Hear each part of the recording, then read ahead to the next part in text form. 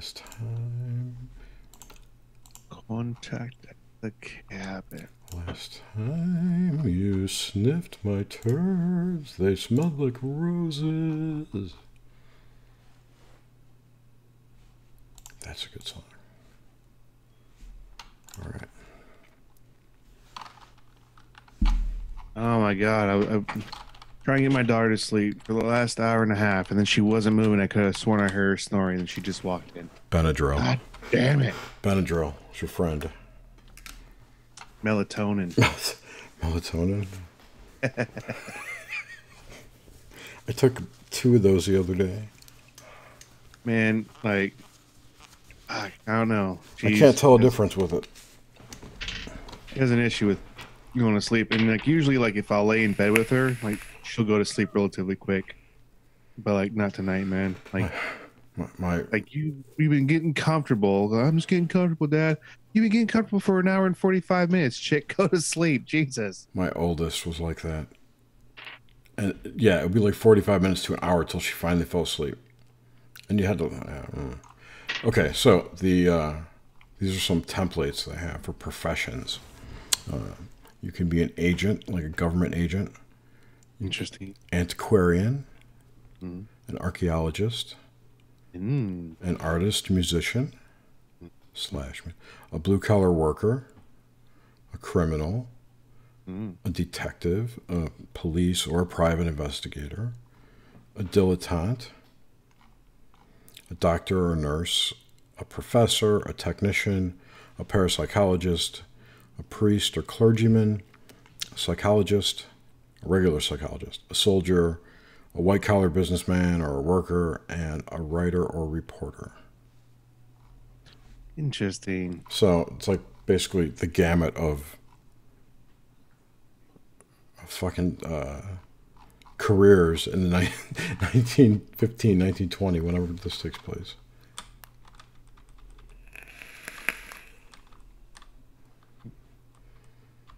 I just got to figure out how to get all you assholes together. Into a group of mercenaries. No kidding, right? A couple dilettantes. Priest. The blue-collar worker. Graham's already like, which one's a priest? Like, oh, dude. I don't know. I like archaeologist. That sounds good. Archaeologists are pretty... Oh no, when you first said agent, like am I like an undercover government agent? Yeah, you could be. You could. I could be. You can really mold it any way you want. I'm looking at him right now. Oh, that's white collar worker. I thought you said blue collar. Blue collar. It's a white collar businessman. I can be a businessman. You can. Sorry, man. I'm a Japanese businessman. I'm here for the pussy. They keep it down the hall in the rocker room. I'll be right back. Education. 1024 by 768.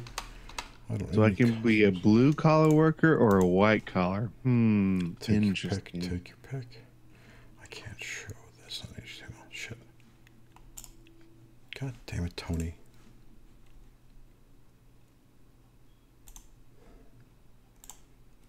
Did you say that there was a template for this on PC Gen?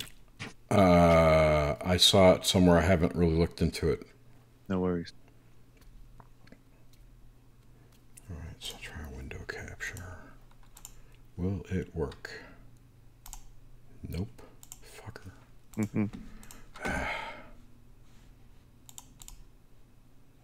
Okay, I know how to do it. I can open it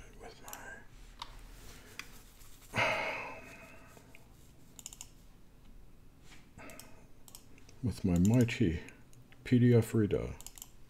Yes. Here we go. View 100%. There we go.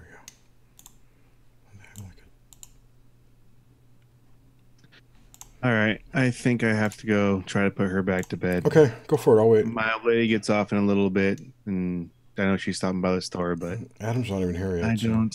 Yeah. Okay. I'll be back. I'm just going to be on mute. Mute.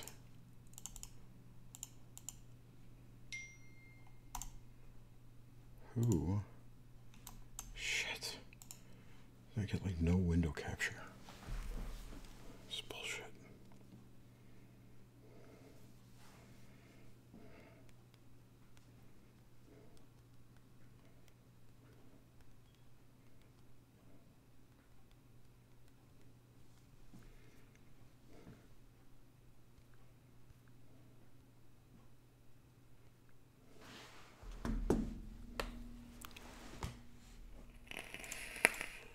It's pissing me off.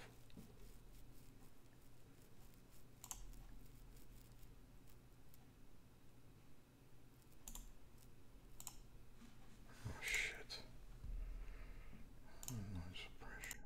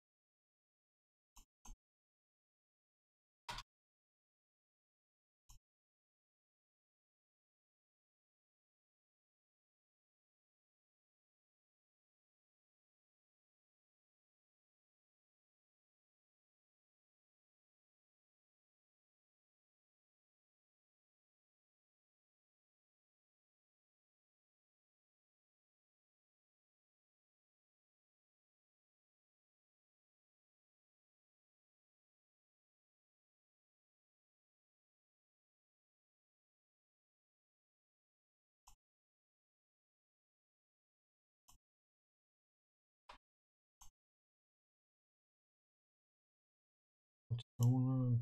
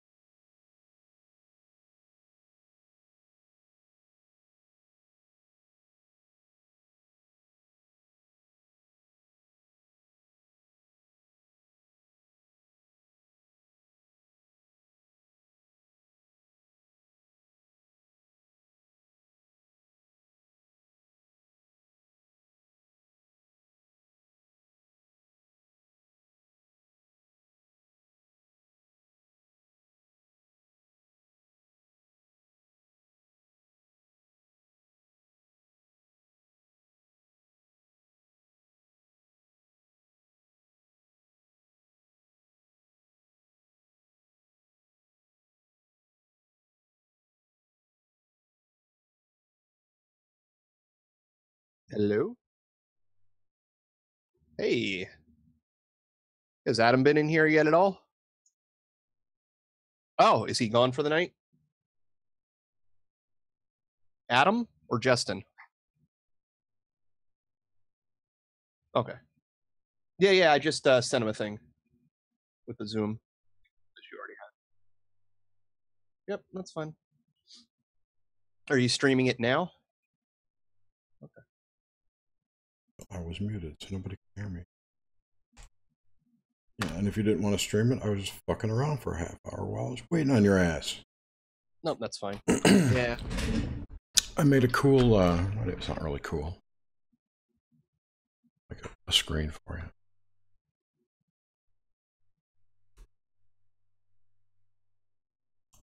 Ain't no thing.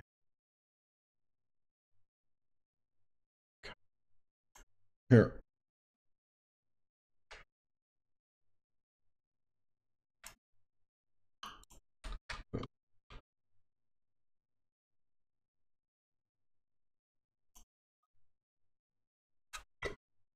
Ralph.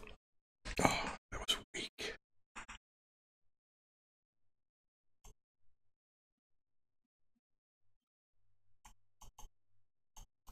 All right, we're almost ready to get started. Wait, Adam and Justin. Yep. I was telling people who were in the audience, in the chat. Adam. Ralph.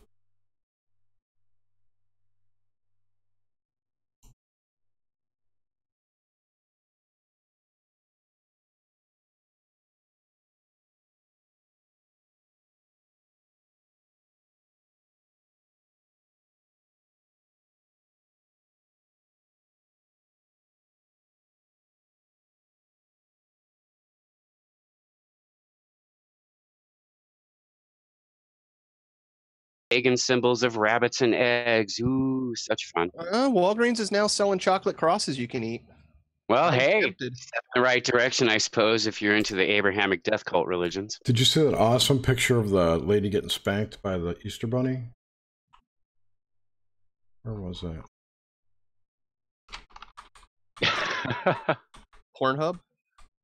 Horrific. No, not at all. It was, put it over here. Yeah. That's Miley Cyrus. Is it? Yep. I have no idea who it is. But she's getting spanked by the Easter Bunny. Miley Cyrus. She's getting her. Oh, there's a joke in there somewhere about a chocolate tunnel. I don't know. Think about it. Hollow chocolate bunny. Where she hides her candy. Miley Cyrus. Oh, and one of my favorite videos is of a rabbit humping a chicken. I put it up and then it goes away. It's wonderful. It's where Easter eggs come from. From where? Bunnies fucking chickens. I saw a picture of a bunny fucking a chicken today on Twitter. Or was that your? Did you? Nah, it wasn't me. It's a perennial though. I wonder if they actually do try to screw chickens. You know, that's illegal in Illinois. There's a law on the books in Florida where it is illegal to have sex with a porcupine. Yeah, sex with chickens is a no-no in Illinois too. Hey, can you give me permission to record in there, Mr. Yeah, I'm sorry. It's okay. I don't. Might as well have it get going. I may just. And Jerry is streaming now, Adam. Yep. So anything you say can he was in the chat in the court of public opinion. Oh, joy. If you're not cool with it, I'll totally stop. To be honest, I was kind of hoping we would record because my mom is feeling kind of queasy. Yeah, we can stop stream. I don't care. Yeah, I'm willing to do live stream, but my mom's not feeling well, so I figure if we're recording, I can stop if she needs me, and it's not like a disruption because it's just us recording. I don't give a shit if you stop. If we have to stop, I don't care. Okay, cool. If you guys are cool with it, I'm okay with live streaming. Just, I mean, I love that you guys know my mom's the priority. So totally, dude, totally. Okay, cool. I mean, I'm live streaming. I don't know why, for the fuck of it. No, for no reason. And people probably like to listen, but I don't know if you're up this late listening to this. Waste.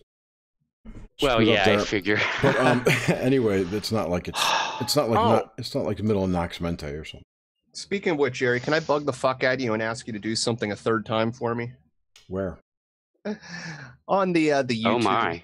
I thought I got them all. No, you did, but did you take them all off, Yeah. or just her name? Just her name. Okay. Yeah, could you? I'm gonna change. I'm no longer gonna be posting donators on my site, so. Okay, I'll go through. If you wouldn't mind just popping them all out. I'm sorry, Jerry. Don't stop apologizing. Fine, fuck you, Jerry. Now.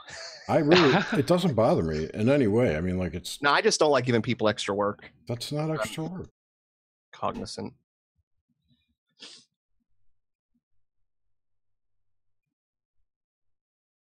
Just trying to find it. I'm smoking for the first time today.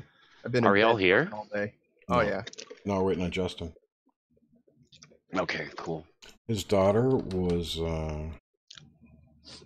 not going to sleep, and his wife's not home yet anymore.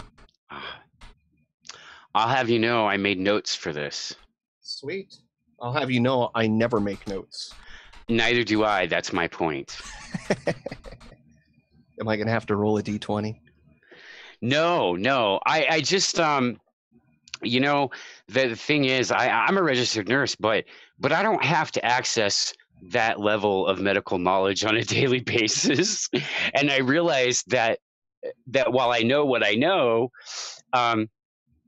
it's like everything else. If you don't talk about it for a long time, you're not referencing those files in your head as frequently. So I want to make sure that I'm not mispronouncing or confusing one neurochemical with another when I discuss the physiological connection to how everything manifests energetically, spiritually, and then into the mental, emotional body, and then into the physical body, and how that translates in our brains with neurological pathways and the building of them and the chemicals involved.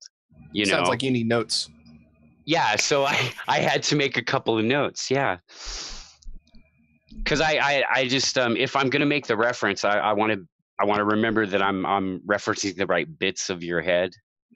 I mean, I know them, but just in case. In case we want to look them up. No part of my brain you're pointing at. Yeah. I don't want to do that. But I listened to John on Higher Side Chats, and you could tell he really knew what he was talking about. But there were a couple of places I felt like it was very heavily technical. John. And I don't want to do that. So John Brisson. Yeah. When was that? He's been in chats a while. He's been in the Zoom for 2 weeks now, 3 weeks. Yeah, something like that. Ever since he found a Cruising with Steak Discord, he's been a fixture. No, but I mean, when was he on Higher? Some point on my podcast. Wow. 3 ago? Yeah, 2 or 3 episodes ago. Dude, that Paul Laviolette one's pretty interesting. I haven't even had a chance to listen to it yet. It's been in my queue for a while. It's funny. It starts out, and I don't know much about him. John Brisson fixing your gut? Yes. That's the guy. Yeah, that was a good episode. Yeah, it was. You haven't talked, John? You haven't been. You're never around really at night. You got a life and shit. Yeah, sucks. None of us do, so we're all on Zoom. Anyway, I forgot what I was saying. Oh, Laviolette. He comes out of the gate very scholarly and academic, and then like by the second hour, he sounds like a quack. It's funny. He's not, but he just kind of has that. He's got that air. He does. It's like, okay, this guy's the problem is, too, when you get into some of these subjects, in order to dive into them headlong and do the research that needs to get done, you have to be able to buy into some stuff a bit. And so the people that are really doing the work are also kind of a little out there, too. I totally get that. And I think what it is with Laviolette is that he and I kind of agree with him on some of these points that, modern physics is flawed in the way that they look at things because they don't it's all materialistic, scientism. And he's come up with his own subatomic level physics called subquantum kinetics that I think involves the ether. I don't know. But, he just keeps referring to that. Oh, my theory explains that and explains that, which is great, and it may. But to tell me over and over again how great your shit is, I don't know. That's where the quackery vibe came from. Well, you're going on the presupposition of your theory. And if I don't know what your theory is and you keep referring to it, then what do you tell me? I'm right, and just listen to me. Not only did he keep referring to it, but he kept citing events that occurred that proved his theories true. Things like that. I haven't finished listening to it yet. And it's not like... Anybody that says that they think they haven't figured out, I say bullshit. I think the world is so complex that whatever we think we have figured out is just going to be a microcosm of the explanation. Because we don't know what we don't know. Dude, we just discovered a new human organ, the largest human organ in the body. What the fuck? The skin's not the liquid sac? Yeah. The membrane. But it's so stupid. Of course there's stuff like that you're not going to know. Is this going to be episode 100? Yep. Yep. This is the big kahuna. Happy to be part of it. And tonight's focus is on healing? Or not? Adam? I think Adam stepped away. Oh, he's muted. No, he's not. Bloody mute button, man. Bloody mute button. Yeah, I thought, I kind of thought we had decided to talk about a little healing from the energy place to the place of conscious and then physical manifestation and how that connects. So, yeah. Cool. Whatever you want, my friend. FTK is equal opportunity. Batshit crazy. Manifestation. Yep. Okay, I put in the description. Manifestation. Can't type tonight. So it's not about empaths and healing. It's about healing. More specifically, energy healing, consciousness, physical manifestation. Okay? So, no? I don't know. I'm sure we'll cover a lot of different ground. Okay. As we usually do. Yeah, I remember get bored like, okay, enough healing shit. Did you see what happened to Stormy Daniels' left nipple? Yeah. What? No, I'm kidding. I'm kidding. Oh, I was going to say, the basketball chick that went on to Facebook Live topless. Did you see this chick getting beat up by the Easter Bunny? Oh, yeah, I showed you that. Wow, we watch vastly different entertainment. I'm kidding. Well, Jerry's got a thing for Miley Cyrus. No, I don't even know who she is. She's the spanking That's girl. A lie. I know she is. But I mean, her dad. I bet you rocked out to her dad. I didn't know her dad when my kids watched Hannah Montana. So no, I never did rock out. No. Fuck that. I'm talking about when he was a musician. Yeah, I never heard any of his songs. Oh my gosh. He does I don't listen Weird Al to the does radio. one of my favorite covers of his songs. What? The Achy Breaky song. I've never heard that song. Either the parody or the regular one. Yeah, it was one of the biggest things. He blew up like you wouldn't believe. He's on an episode Blew up real good. What is it called? America's Funniest Home Videos with Bob Saget. Looney, you're not allowed up there. Come on. Did you ever hear Bob Saget's comedy routine? Oh, dude, he's fucking hysterical. He's the dirtiest guy ever. Yeah. He's pretty dirty. Dirty bird. Yeah, I've seen interviews with him where he talked about that it was like, I want to put words in his mouth, like a soul-crushing thing, like it's not what he wanted to do.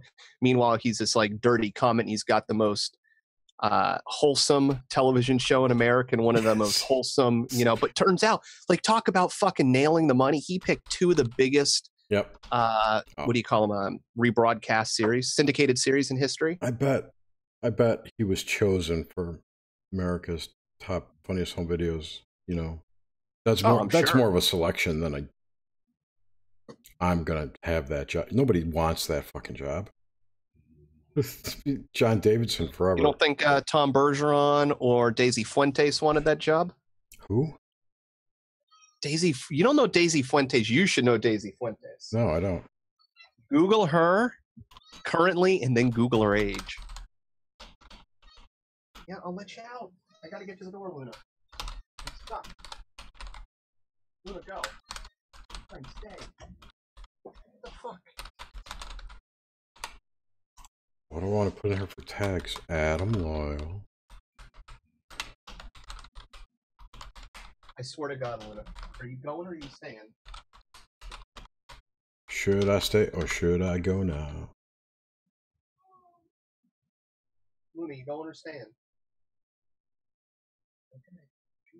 What are you yelling about? Because she wants you to just stand there and hold the fucking door for her all night. Yeah, fucking cats. My cat's like that. I want to go out. I want to come back in. I want to go back out. I think I want to stay inside. Do I need to give you a microphone, Luna? I get my cat up here. I have a microphone I can put on her. Yeah, me too. I got a clip-on wireless mic somewhere. Come here, kitty. There you are. Come here. Come here. Come here. Come here. Oh, this is already hooked up. Come here. Shh. Here. That's for you, Luna, so you can talk. Luna, see? There we go. Say hi. Oh, nice. All right, guess what? Time to get down. Ow! Ow! Get your claws out of me, cat. Ouch. You stabbed me. Yeah, this one, last week I ended up opening up this door and throwing her into the hallway like a bowling ball. She was sitting behind me while I was doing some editing and I was petting her, and she decided to bite my wrist, punctured the skin, went into my tendon, fucking hurt like a mother. Luna, stop chewing on my... Ow! All right, Mike's coming up. Stop chewing on my owl. I've got a rubber band attached to the end of my... It's actually a rubber hair thing attached to the end of my mic. Mm-hmm. And so when I'll sit my Echo on top of it, and she grabbed a hold of the rubber band, it was pulling it, and she let go, and it snapped on my thumb. Just remind you. That's because she knows it's really a cat toy, man. That's right.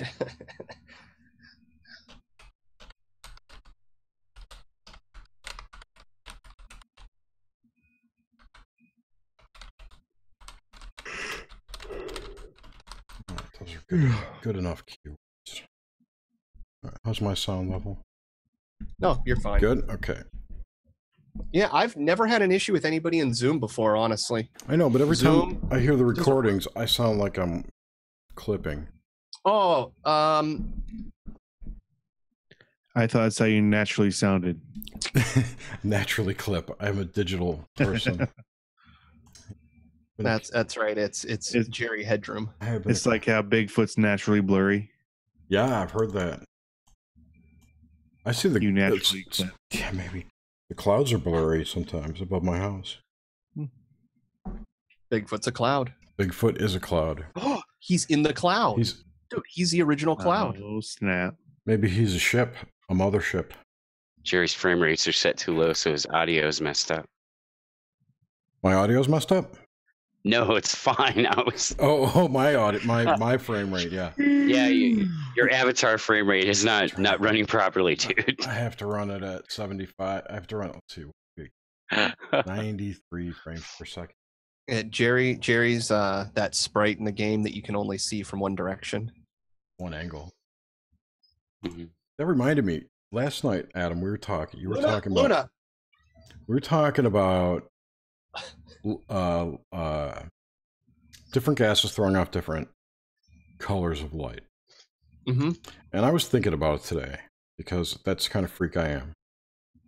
And I was thinking about those luminescent minerals that we have on here that absorb certain wavelengths of light, and they put out visible light.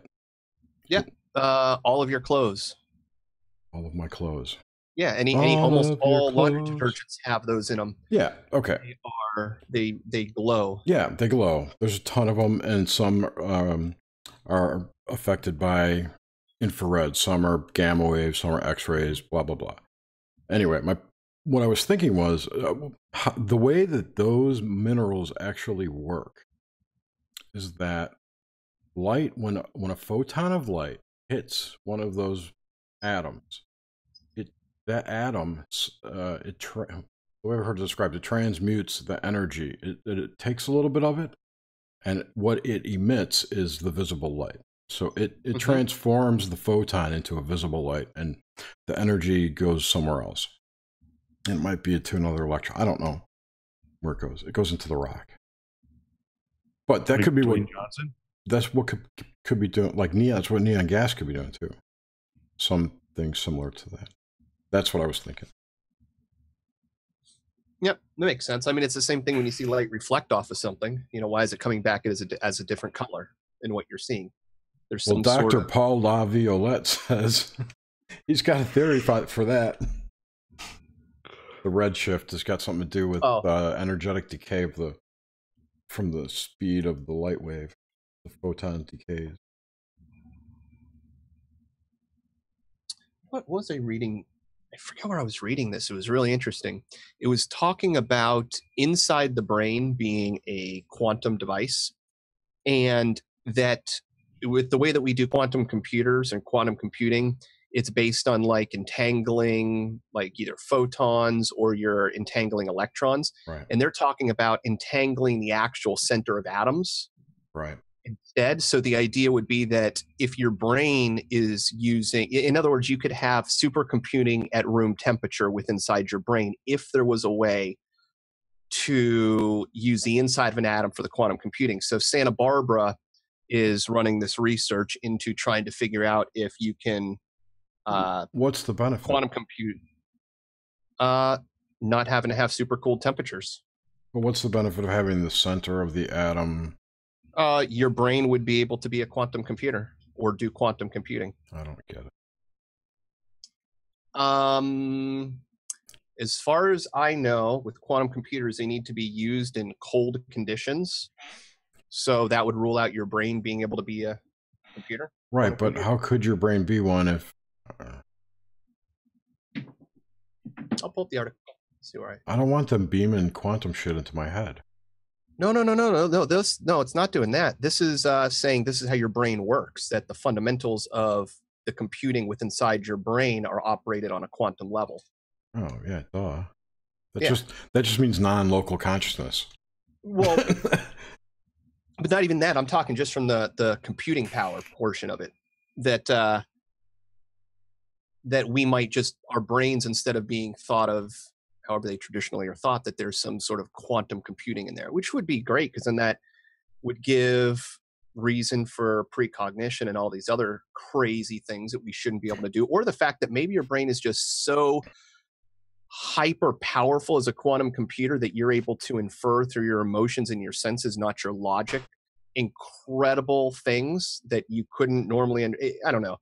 In other words, maybe you could pull in all the information to the universe to determine something that's going to happen based on the movement of something else because your brain is just computing that much information. That would be pretty cool.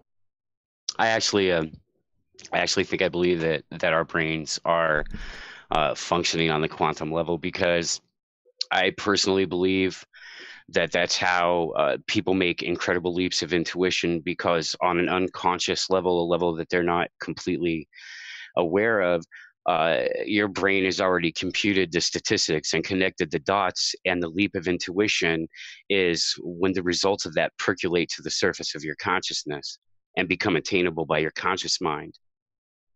So I already think that our brains interact with the aether and with the fields of quantum probability and manifestation on a fundamental level. So I'd be interested in research like that. Oh yeah. And I've been thinking about it too. Excuse me. This other thing that I've been thinking about is if every particle is entangled with every other particle, like this giant mesh, the problem isn't getting things entangled, it's finding the path between. Seeing the connections. Yeah. I wonder though if it's that the more things rub together, the more they come in contact, the more they get touched, kind of like a magnet when you're, magnetizing a piece of metal, that it gets higher and higher bonding and attraction. That would explain the like attracts like operations that we see all the time. All right, I popped into the chat. Are we quantum computers? It's US I'll get it up. Or UCSB. Into the show notes it goes. It's a University of California, Santa Barbara, I think, is what it would be. Yeah, UC Santa Barbara.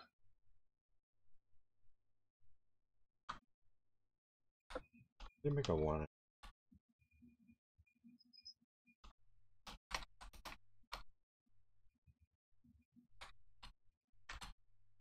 There you go.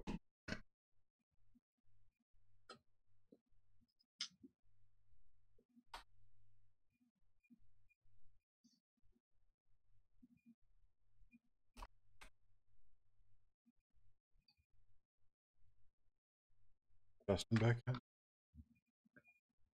I don't think so. Moment.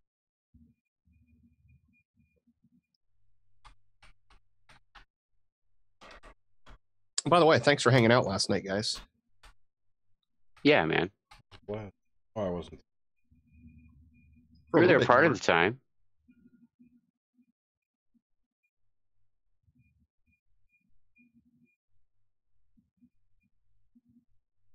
Yeah, we got to swim in some pretty deep conversational waters there for a while. Oh, yeah. Good times.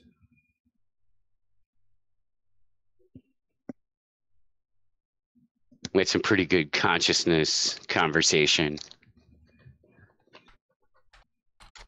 I'm sorry, I missed it. Yeah, I don't think you missed anything that you and I haven't discussed a few times, so I would have been privately and with other people. So yeah, maybe. I can't remember what the hell I was doing last night. That is crazy. That was the other Jerry that took over. No, I remember coming in saying hello. Ah, shit. I thought you sounded a lot cooler last night. Hey, can you bring that other Jerry back in? Yeah, sleepwalking Jerry was more fun and less grumpy. Yeah. No, man. He just bends over for you, right?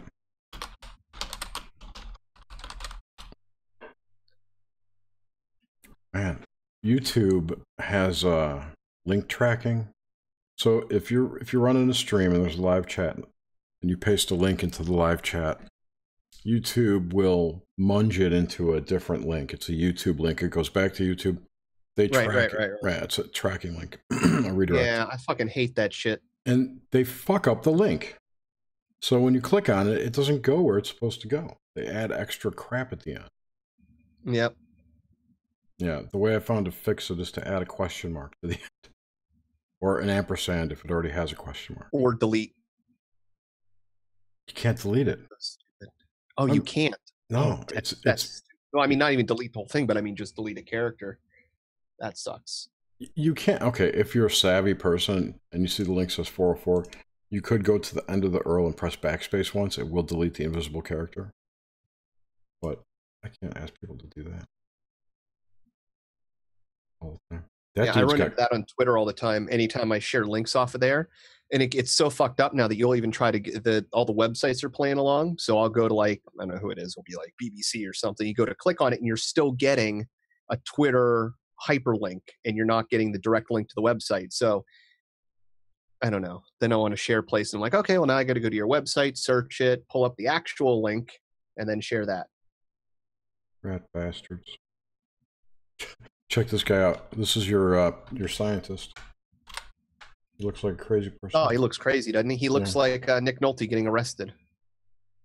He looks like the dude, Peter Stormare? What's his name? You know who he is. The devil from Constantine. Oh, yeah. This dude. Fuck, you can't see my screen. Damn it, Beavis. I can kind of see it. This guy. Yeah.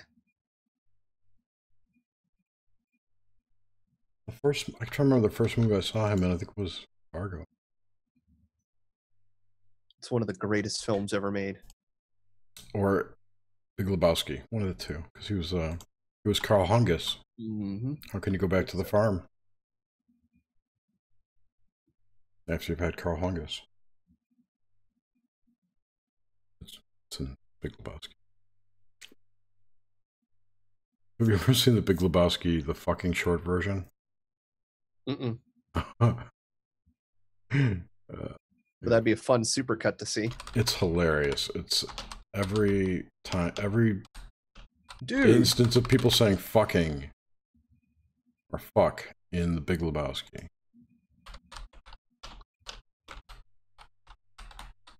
It's like 3 minutes long too.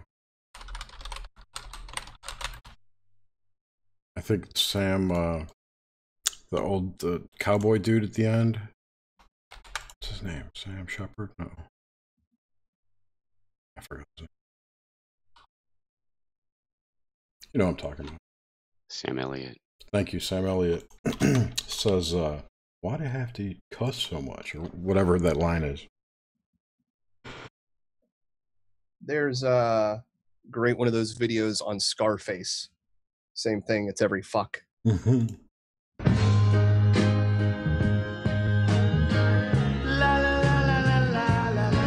Never seen it.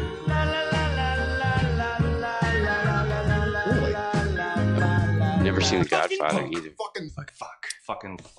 You know, I've seen that when I was a kid when it was on TV, I think. Fucking A. Fucking.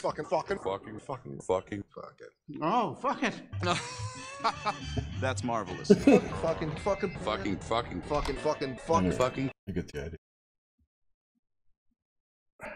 That's right, I forgot he was in that. Who? Have you guys been watching Roseanne? Tom Arnold? No. Not yet. It's Tom Hey. Arnold. I just watched the first 2 episodes of the new 10th season today, this Tom afternoon. Arnold still How were they? alive? Honestly, there were quite a few places where they were just laugh out loud funny. Yeah, all I've seen is the media. Look how creepy Tom Arnold looks. Look at him in Speed Racer. Speed Racer. Oh, one of my other favorite films. That's a good film to get high to, man. Just get wicked baked and watch that. I don't think I could. What? Dude, it's who the fuck? Tom Arnold or John Goodman? Who are you talking about? Oh, you know, I got him confused. You're right, it's John Goodman I've been talking about the whole time. Okay. Not the guy she's been fucking or was or whatever. Right? Who she stabbed? She stabbed him. Did she? Yeah. She did at some point. She Corey Feldman'd him. You remember how he looked though? He was kind of a chubster. Yep. Can't share this. This is horrific. Check it out. Oh, I know how to do it. Meow. I don't know how to do it. Never mind. Oh, I could do that. I will do that. Shoulda, coulda, woulda. That time she actually wanted to go out. Go figure.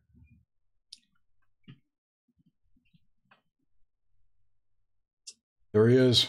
The man. On a mission. From Oh, I God. see a foot and a fist. Is that a Bigfoot fist?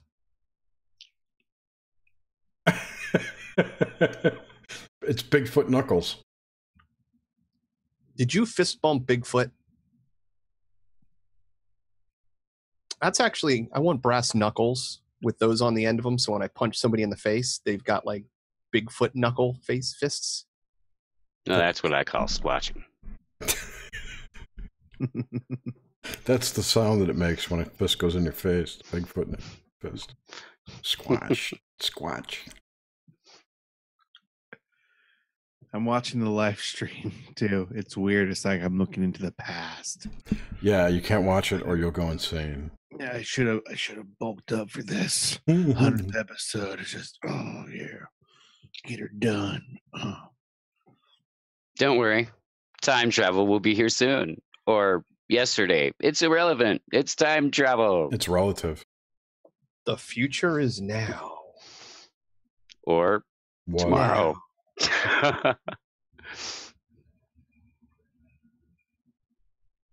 There's this vape dude named Rip Trippers, and his tagline is smoking is dead, vaping is the future is now.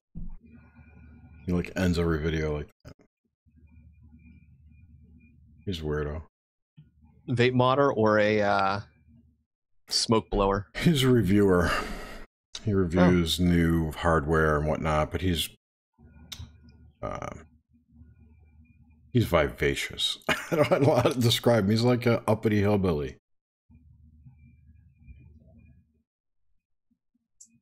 I remember last year he was putting out fishing videos. You know? Oh, you know what I need to look at? No, what do you need to look at? I need to find out if one of my... It's not. One of my favorite YouTubers does reviews on gun hardware. And after the ban, I wonder if he's even on there anymore. Probably not. He was called 22 Plinker, I think. And he would review 22s, what got me to get my victory. No, Plinkster? Plinkster. He's still around. 500,000 subs. Oh, cool. He, by the way, does like fast trick shots. He was shooting a gun that had tracer bullets in the dark. It was cool. The bullets, you could see them moving.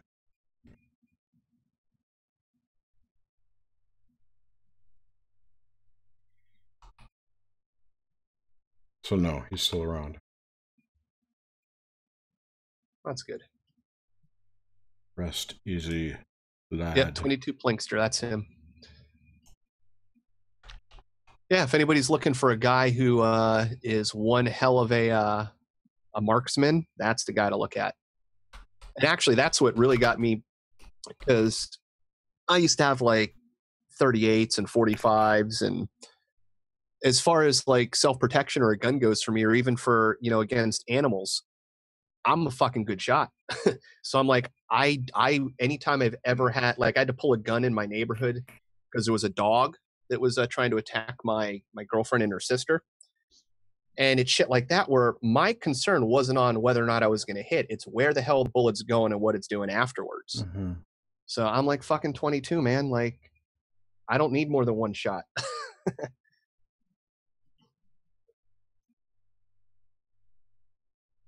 Some bigger game, though, you can't really shoot with a 22. The bullet will like bounce off their skull. No, yeah, that's true. No, like, if I was actually going out into the woods, there's no way I would want to be going up against a big cat or a bear. I'm talking like what I'm talking elephants. About is, dude, I've had fucking raccoons in my attic, and I mean, I'm in an old house. I mean, it's not hard for them to get in, and you can kill them easy with 22. You could. I don't want to. Oh. I mean, fuck. When was it? But you can't keep them as pets either. People do, but you don't want them as pets. No, fuck no. They're rats. Dude, have you? Easy. They're ballsy, man. Like, it sucked. There was a tree in my backyard, so I'm hoping this problem's gone away, that they would come through and nest. And I've got a pine tree, and I had for 2 years a family of them that would come through every 2 weeks, and they would stop at the tree. They'd move into my neighbor's house. She wouldn't fucking fix the holes in her roof, so she had raccoons living there. I'd be out there in the middle of the night spraying them with hoses. They'd be walking up on me like I'm out there with a hose, shoot them in the face, and they're like coming up on me like they're gonna do some shit. I'm like, this is not cool. You're not out there like, bring it, motherfucker. Yeah, dude. Yeah, they're fucking smart. So, anyways, they got thumbs, man.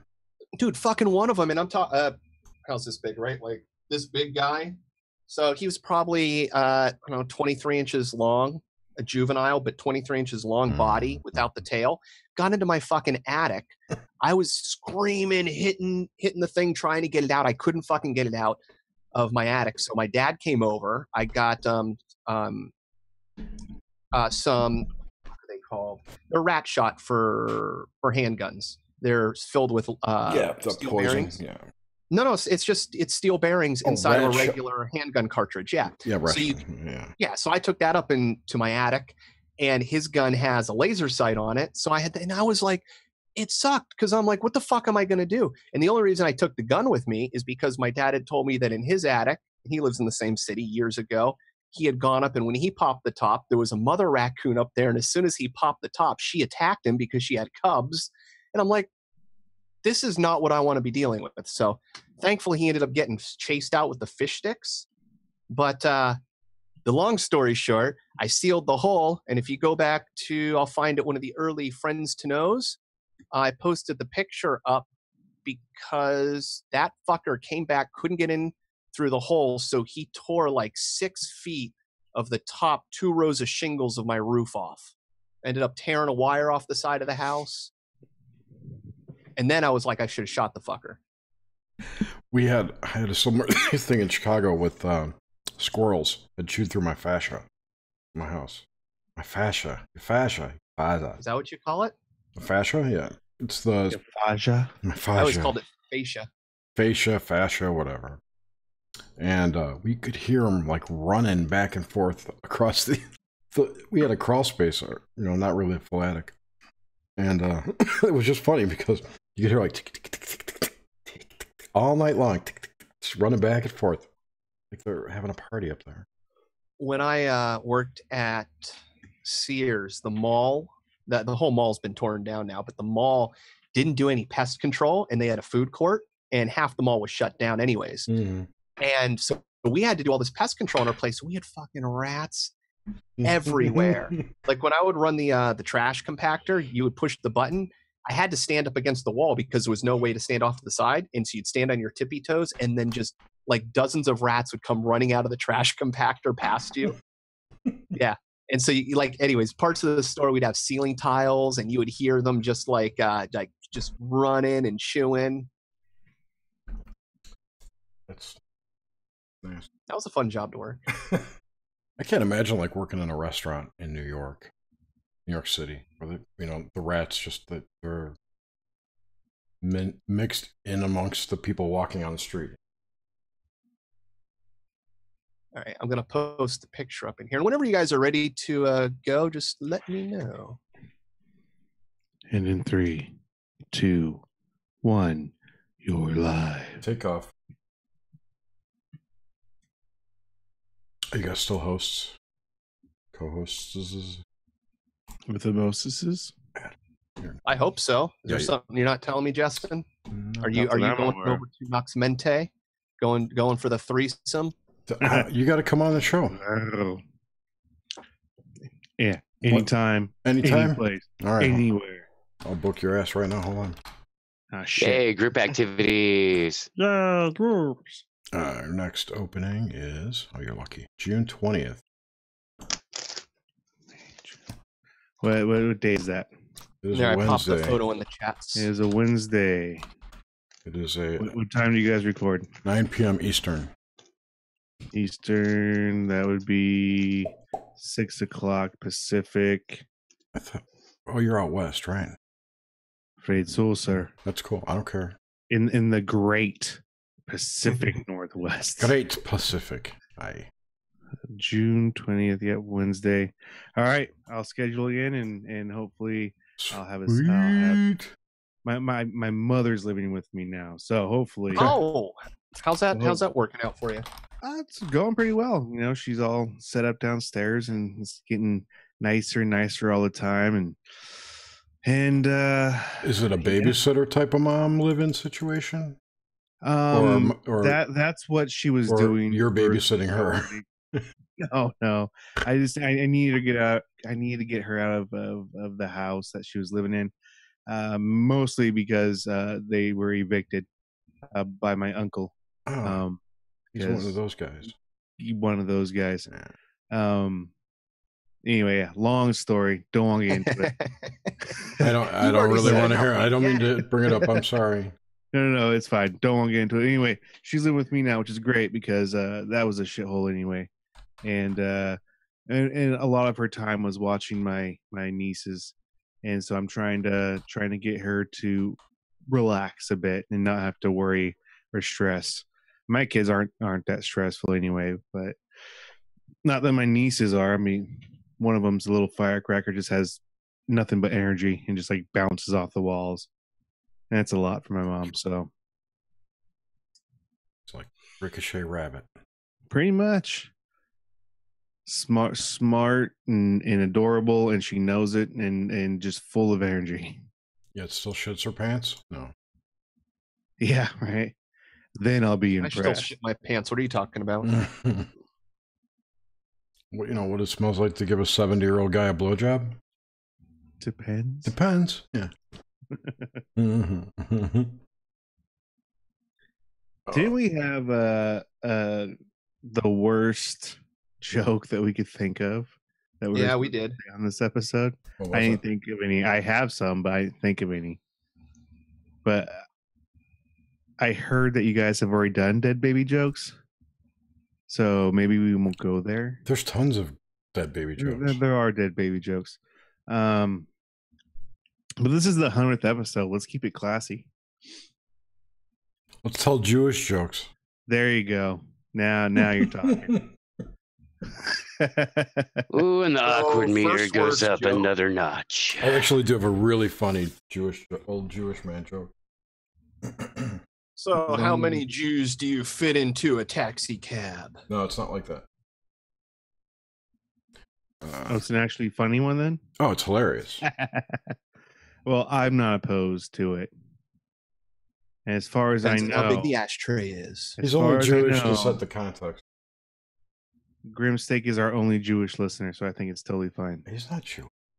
So what are your worst jokes? What are your worst jokes there, Justin, since we're apparently going to be peeling the paint off the walls? No. I think all my bad jokes are dead baby jokes. There's one joke that I hate. Like, I hate it because I laugh every time I even think of it. And it's such a horrible fucking joke. But I want to hear Jerry's old Jewish man joke. Me a drink.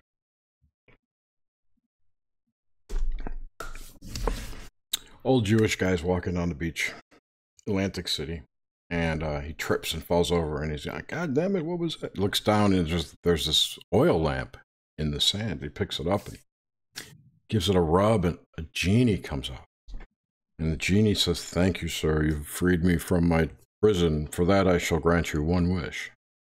And the old man steps back, and he thinks, And he reaches into his overcoat, and he pulls out this map of the Holy Land, of Palestine and Israel, and all the countries that surround him. And he says to the genie, you see this place? This is where I'm from. There's so much turmoil there. I want you to bring peace to the land, to all the Middle East. I don't do good Jewish. That's pretty Jewish good. Okay. I want you to bring peace to the whole Middle East there. And the genie takes the map. Yeah, I know. Well, I screwed up. Genie takes the map. He's like, I fucked up this joke. God damn. I think it's funny. I fucked it up. I missed a key element. The genie comes out. He says, I grant you one wish. He goes, He thinks for a second. He goes, my wife, there's this thing she won't do with her mouth. And the genie says, no, I can't do that. So he's like, okay. And then he gives out the map.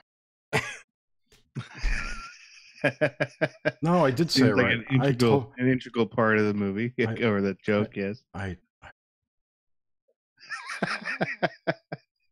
didn't expect to tell this one. Okay, so starting over. Guy's on the beach, trips. Genie comes out. He shows him the map. Genie takes the map and says, "This is kind of beyond my skill level, and I'm not starting to get married." He looks at the map. Genie says, I can't do this. Gives him back the map. And then goes, okay, you can't do that. He goes, my wife, she won't do this thing with her mouth that I love. And the genie says, let me see that map again. There you go. I screwed up. I know. But it's a great joke if you don't mess it up. So there's 3 guys going through the desert, and they come across this genie in a lamp. And the guy rubs it, and Genie goes, "What do you want?" He's like, "Man, we've been out here lost for days." He goes, I just want to go see my wife and my kids." Boom, gone. Second guys go, "Well, got 2 more wishes. You want to use one?" "Sure, man. You know, I want to go to a tropical island." Gone. Third guy, "I want my 2 friends back."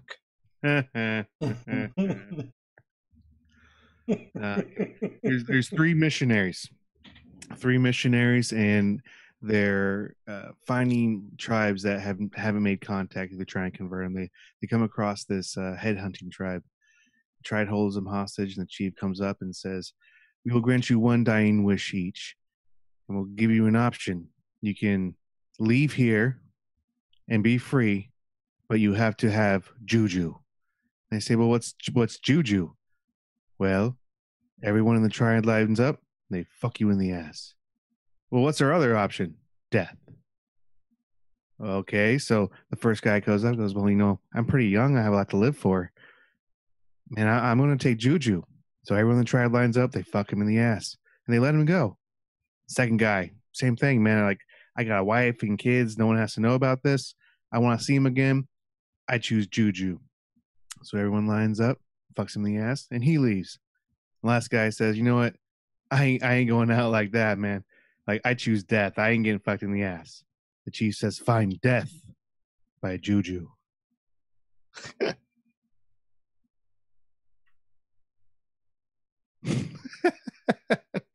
That wasn't a big laugh, but that's all right. I'll take it.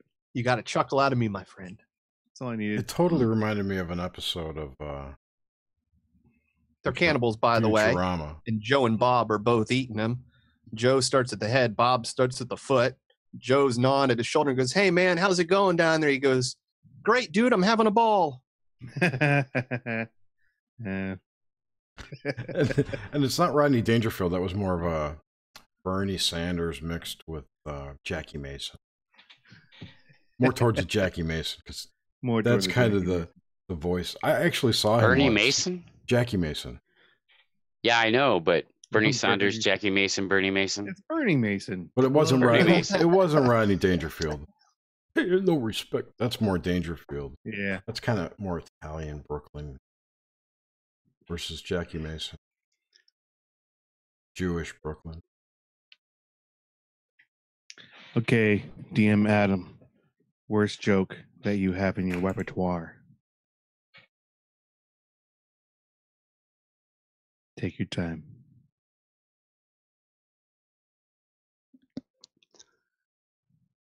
I don't know any really terrible jokes. You know, every time I ask for jokes, that's what everyone always says. I really don't. There's got to be one joke. You know, out of all the jokes that you have, think of the worst one. Even if it's not bad, there has to be a worst one that you know. Guy's walking home from a bar one night. It's a nice night out, so he's taking his time, and he's had a few drinks, feeling really good, and he's walking along. He sees a grasshopper on the ground. He says, "Oh my God. Oh my God. I had like about 20 drinks named after you." The grasshopper looks up and says, "What? You drank something named an Irving?" Classic. See, I knew you had it in you. Yeah, that's all I got, man. That's all you need. Horse walks into a bar. Bartender says, "Hey, what's with the long face?" Ham Sandwich walks into a bar. Bartender says, "Get out of here. We don't serve food here."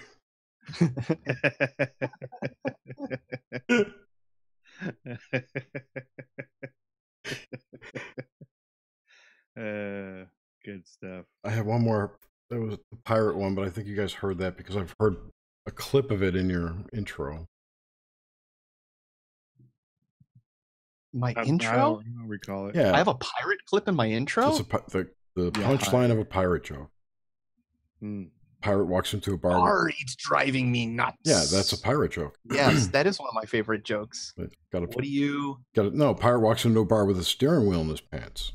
I see. Mine's a different version. Bartender says, "Wait, dude, what's with that steering wheel in your pants?" "Yar, it's driving me nuts." So I always said, what do you get when you stick a steering wheel into a pirate's crotch? Or what does he say? What does he say? Arr, Yarr. driving nuts. Now say that with a Jewish accent. Oh, I don't think I could. No, yeah. Jackie Mason was. I should shut up.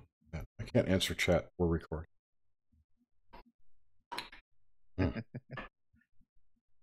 So, Justin, what is your worst joke? Okay, we're gonna lose everyone that's listening right now, and this podcast will be erased from the library. But I'll do it. This is the joke that I hate so much because it's so funny, and at least to me it is, and I laugh every time. What's worse than a garage full? Or no, sorry, I almost messed it up there, but I caught myself. What's funnier than a garage full of dead babies? A ton of things. A garage full of dead babies wearing clown suits.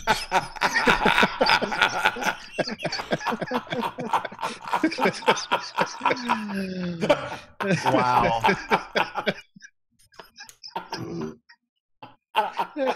Oh, that's hilarious. Oh my god. I hated myself for so long after that I first heard that joke. Oh shit. Oh. That's a good one. That is officially my favorite dead baby joke of all time. It has surpassed Where did they go? the pitchfork.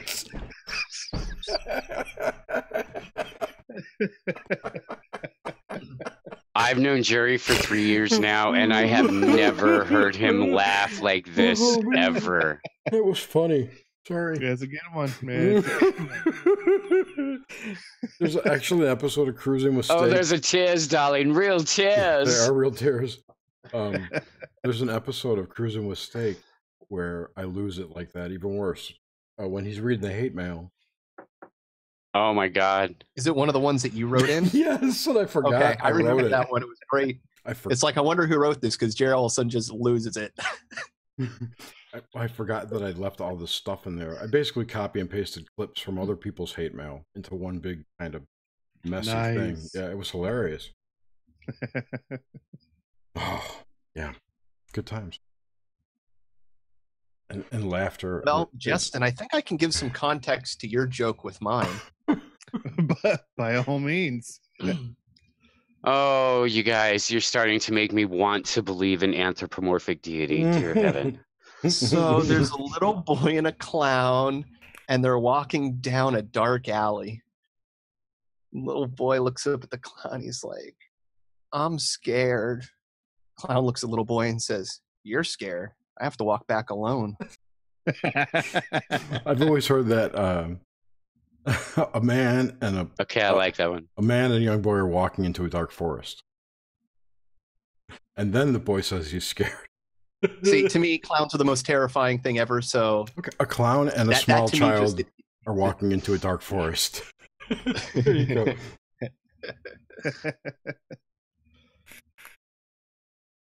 There's no need to explain why. Not really. There's no prologue. Oh, man. I hurt myself laughing hard. Did you guys hear that the Terminator went in for open heart surgery? Oh, yeah. Valve replacement. Ooh, emergency. Get to the chopper. You know what he said before he left? Wow, that life flight bill is going to be hella huge. It's a long trip from the jungle, man. As they wheeled the stretcher into the ambulance, he leaned out and said, I'll be back. I smelled that one coming, but it was still funny. And then the EMT put the mask on him, and he said, go ahead and turn on the air.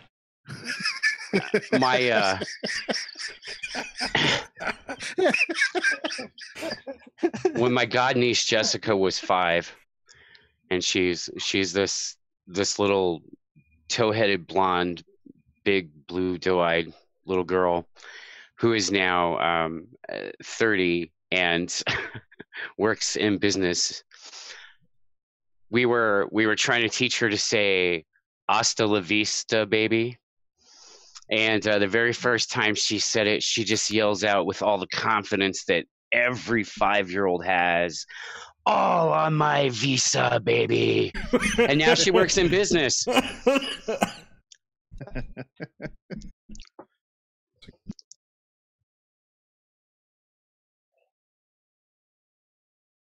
You guys ever seen the video of the little girl saying fire pit for the first time?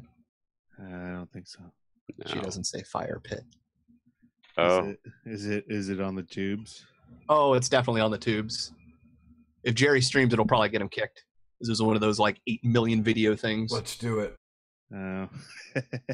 I saw. All right, have you ever hold your tongue and try and say fire truck? Oh yeah. Hold the tip of your tongue. It's a little girl saying what? Fire struck?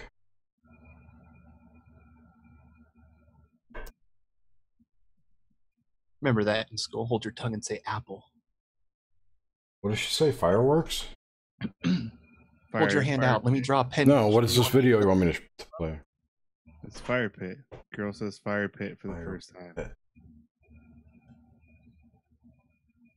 No, By the way, man, what were, I typed in fire pit girl and that I don't think that's the girl we're talking about. Now, here, I'll find it real quick. I found it. All right. Let's see. I didn't think it would be very difficult. Let's see if I could do this.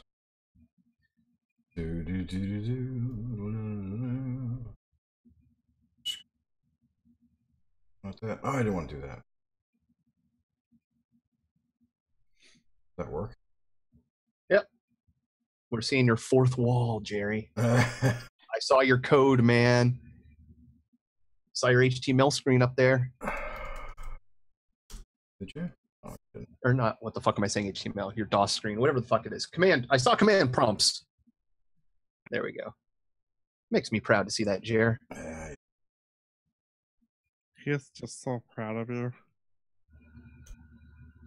There we go. Did I press those buttons? Did you? Yeah. No.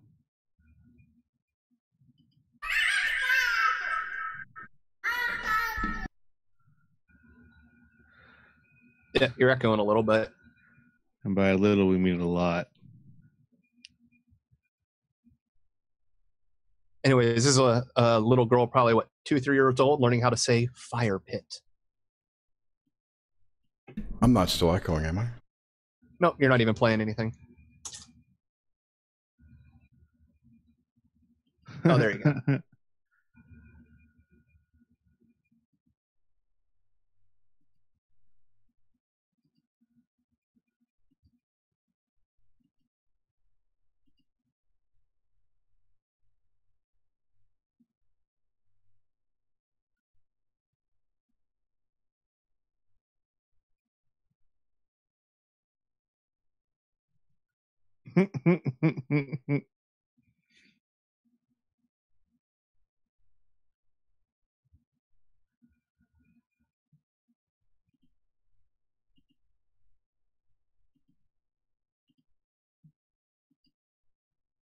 Yep. So, anyways, little girl saying fire pit. What were your kids' first words there, Mr. Justin? Anything nearly as fun? No, I think it was just mama and dada. Pretty much.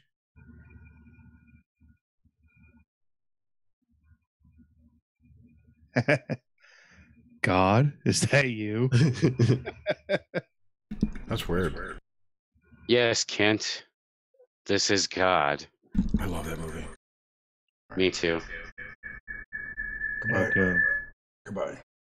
All right, no fourth wall. Nice. No videos. Fourth wall.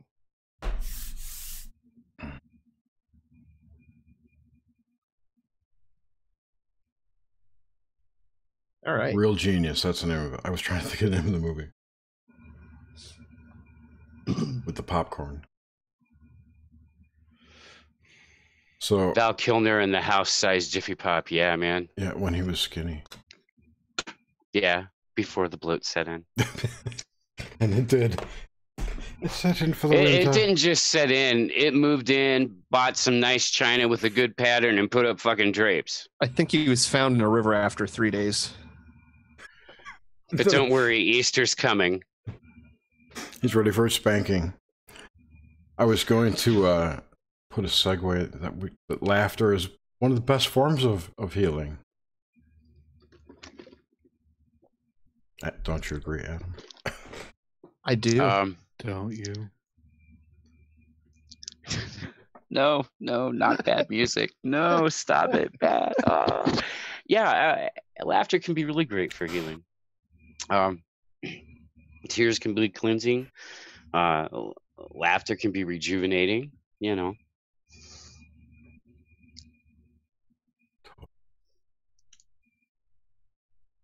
I have absolutely no idea where I want to start. Start at the beginning. Start at the beginning. Why would somebody even consider doing this ever? Reasons. Why it's important. Well, it's important for our mental, emotional, and spiritual, energetic health, as well as our physical health. I mean, our energetic bodies exist in a highly integrated state with our physical bodies. And since we understand the principles of basic manifestation, that all things begin in the spirit, so all things begin in the ether, all things begin in a state of energy and a state of potential. And in that state, they move from the energetic state, and in the case of our bodies and how they function energetically, they move from our etheric body into our mental, emotional body as they go through that manifestation process, as you become more self-aware, more aware of your environment, and just so and then finally they'll come up into the full physical manifestation, where there are the physiological correlations to emotional response. So when you're really talking about healing, you're talking about healing wounds at the root level. So you're talking about healing them, not just mentally, emotionally, but also on that energetic, spiritual level. And I think that you really have to include all of the bodies in the healing process, and more especially when we're working with mental and emotional woundings, because those can be particularly tricky.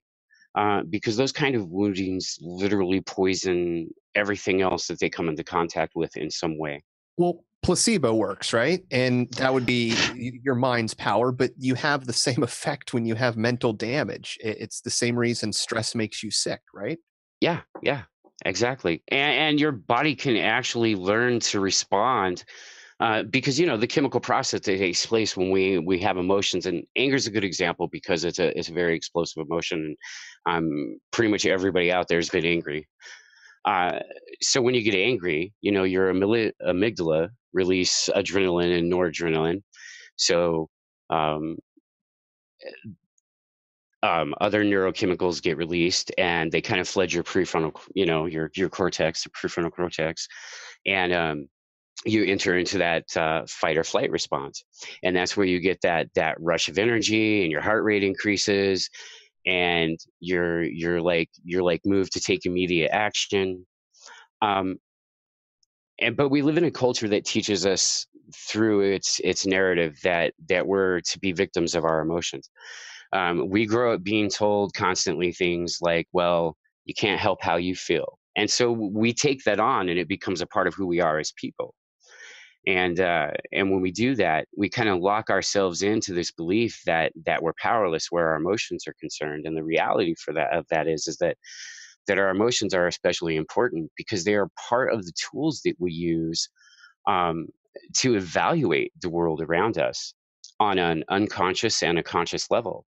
And they're meant to function really in harmony with a lot of situations that we come into contact with, because again, there are tools. They inform our discernment. They allow us to unconsciously divine elements in situations that we're not necessarily consciously aware of, because they allow us to evaluate unspoken emotional cues in situations that go a little bit beyond body language. So the emotional aspect of our healing is really important.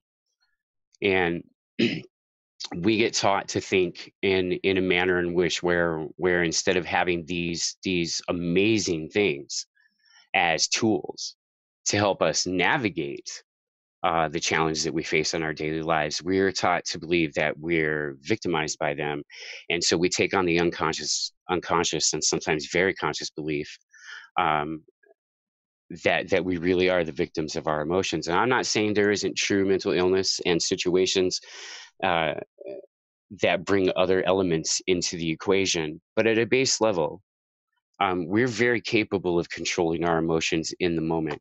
And it takes practice and it takes work, because the same response in us that physiologically causes us to feel all that anger also creates neural pathways.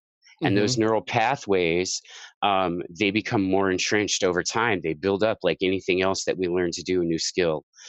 We build the neural pathways to learn a new skill. And when it comes to our emotions, we learn them in this way too, physiologically. So we get like the physiological imprint of our emotional responses. So if you've ever encountered anybody, or you yourself have ever had issues with explosive anger, or just anger in general, your neural pathways are so primed to become anger and enter into a full-blown anger response that your body already acts in a presentient type of manner, almost precognitive, because of the release of those neurochemicals anyway. And when your neural pathways have become so entrenched, that response is even faster.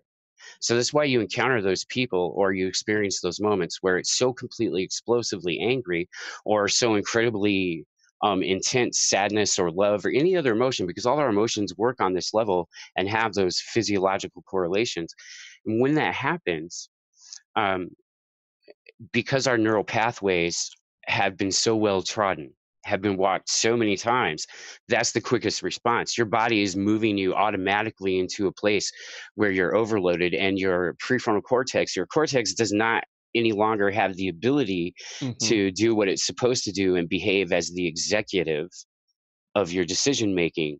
So you have trouble overriding it and Well, they're shutting your showing that emotions your off. amygdala will actually grow based on the environment you're exposed Exactly. to. So if the high stress, your Yep. social CNN news feed nonstop, everything is going to kill you tomorrow. Then Yeah, yeah, absolutely. And so you're staying in that state physiologically, mentally, emotionally, and energetically all the time, and it's a toxic place.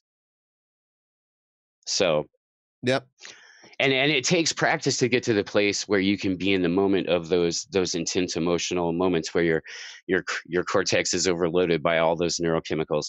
It takes practice and it takes effort, but in doing so, what you're doing every time you do that, every time you take a hand in the moment and to bring it into control, to exercise your ability to reason over your emotional state, um, you become more capable of doing that over time. Because and it's important to remember, you can't see this as something that is like we do so many other things in our culture and in our society. We see it as pass or fail, do or do not. There is no try. And um, and the thing is, it isn't about whether you were successful in the moment, because the reality, success is your target, but the important part is the journey you're taking, because the journey you're taking by doing this is what increases your capacity. And it's your capacity to do that in the moment that allows you to reach the end goal, which is actually being able to be in command of your emotional tools in a moment where your body's having a high chemical Oh yeah, response. because just trying is retraining, it's redoing, and over time, Absolutely, because you're step. you're creating new neural pathways, and it takes time. So the more that the old pathways have been walked, the easier they are to get to, and they're almost probably going to be for a very long time in your life without definitely some heavy lifting Well, on then your at the old part. Benjamin Franklin, 40 Yeah. days to change a habit. Yep. Exactly. So it is that on a very, very succinct physical, energetic, and emotional level. So I like to include that when I work with people in their healing process. I like to include all of those levels when I work with them, and sometimes it can be difficult because um, also one of the things they teach in our culture, which is very frustrating to deal with, is that they teach us that the doctor or the therapist or the spiritualist or whoever it is that you're going to for whatever type of healing you're going to, we're really taught to believe that they're going to fix you, but nobody really explains to us um, that healing is an active participant.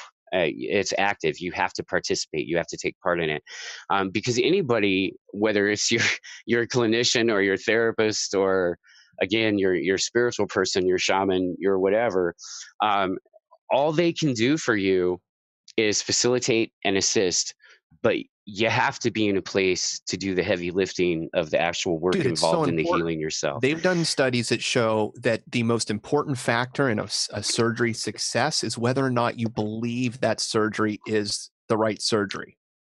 Exactly. So that alone, to me, it's like you need to be involved. At the same reason that a food that you make tastes better.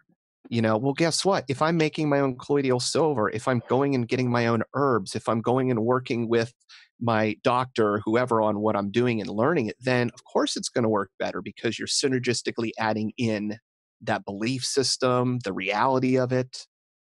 Yeah, and you're working through all of those very interdependent, interconnected systems. And so you're working on those particular issues that are both physical, emotional, and energetic synergistically and simultaneously, which is a far more effective fashion of healing. Yeah, it's funny. Once the almighty dollar really took hold in the system, it's when the care started to decline. It's almost like that energy, no matter how it's used, somehow is a poison in the care of people. Yeah, absolutely it is. But it goes back to all of those things that connect around the false framework and the false narrative that we're fed on a daily basis um, through our media and our pop culture.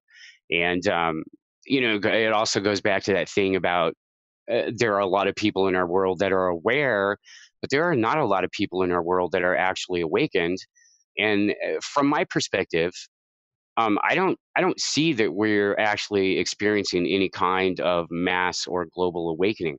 What I really see is a lot of people becoming aware that there are all these other currents and subplots taking place in our daily lives, in our daily narrative, and that awareness alone is only like half of the equation to getting to the place of functioning in a more awakened state, because I honestly believe that if more people were in an awakened state, you would not be able to live your life in a way that supports the false framework and the false systems and the corruption that are in place that keep us oppressed as a species and as a people, not only in our local cultures but in our global culture. It's the thing that keeps us incapable of being able to exercise our voice, especially here in the West, in our own country, to exercise our voice as citizens in a unified fashion where it is effective and can affect genuine change. And it does happen, and it happens sporadically, but it happens sporadically because the process is interrupted by the inability to have genuine communication because of all the subtext going on, all the constant political correctness, the fact that we live in a culture where people look for offense, whereas our good friend of ours, Moose, is always saying people are constantly looking for offense where none is actually being offered. And it's taken away our ability to have genuine dialogue. It's taken away our ability to be authentic with one another. And because language defines how we think, that language that is a part of the false narrative becomes the internal monologue and narrative of many people.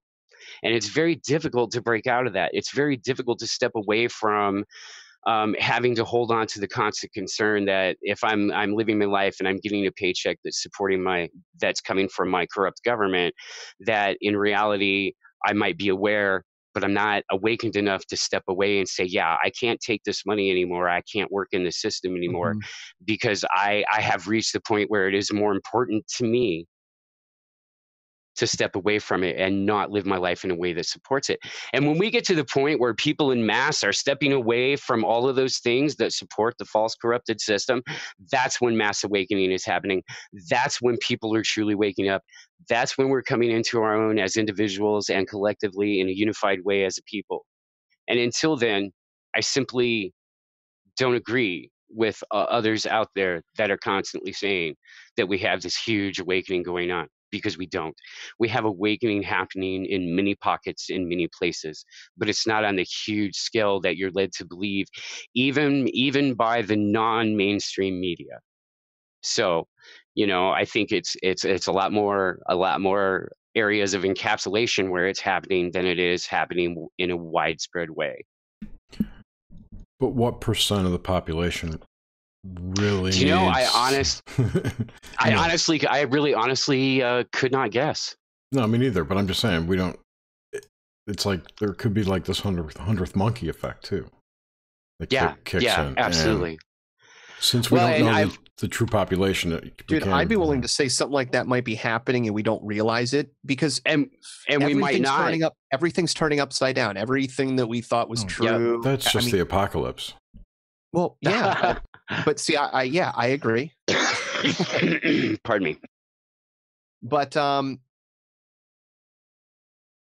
don't know. That might be part of the 100th monkey, this complete changing and shifting of a consciousness underneath. And when you have a shift in that, maybe there's just mass upheaval in social systems. I mean, here's the other crazy thing. We're all part of cycles, and this is clearly a cycle. And it's a scary cycle, because to me, this cycle happened back before Germany went rogue and tried to take over the world. And it's like, man, that's the type of energy that we need to figure out a way to diffuse it so that we're not just repeating these cycles.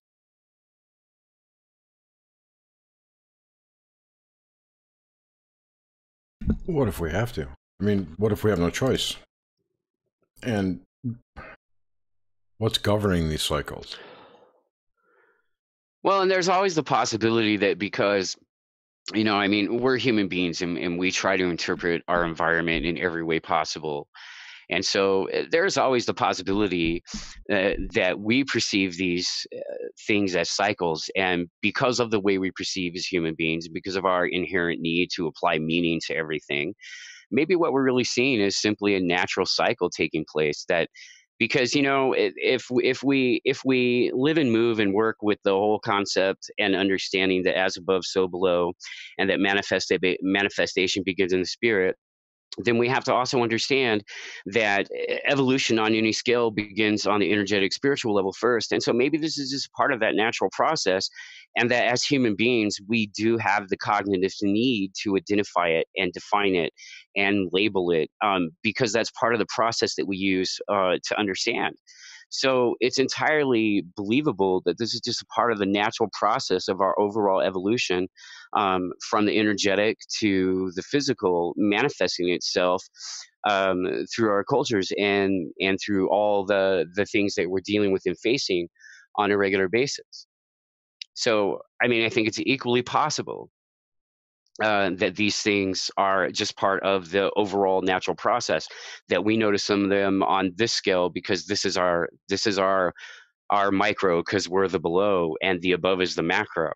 And part of it, probably a lot, is we've only really had the ability to accurately record history where we can go back within the last probably 50, 60 years since there's been video, at least ways for us to verify certain things as we're in the past. And accurately recorded history is a bit of a sticky wicket for us as a species anyway. Well, even then, go back to the 70s and who the fuck knows, Yeah, exactly. That's what I'm saying.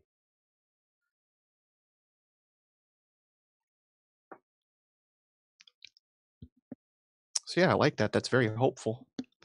It's like I know we, between us when we're hanging out, we talk a lot about consciousness amongst ourselves, and I think I've recently put forward to you guys that what my personal perspective and viewpoint about consciousness is, and I hear a lot on other podcasts about. What's your personal, if you want to rehash? I don't mind. I just hear a lot. I'll start here. I hear a lot on podcasts. I hear about how we talk about our environment being holographic, and I don't necessarily disagree with that in any way. But I think I disagree a bit with how casually so many people use the term drone or NPC or AI or whatever to refer to people. To refer to people who aren't like in the know, as in not really aware. Those people that are just really moving through the motions. Because I often wonder about that because I think that I've seen and heard some things the way people talk over a lot of podcasts over the last probably 3 or 4 months. Where there's a certain level of very subtle dehumanization that's coming along with that, and I think that's unhealthy and pretty scary. Because my view of consciousness is that if you're a person who is aware here and who is going in that journey, becoming closer and closer to being awakened, and your consciousness is aware here, then what you're experiencing in your here and now is the metaparticle of your consciousness that connects you to every other part of your consciousness existing through all other possibilities. Because our consciousness, I think, from my own viewpoint, is too vast and too impossibly infinite to exist wholly and completely in our tiny little fleshy reality filters that we call bodies.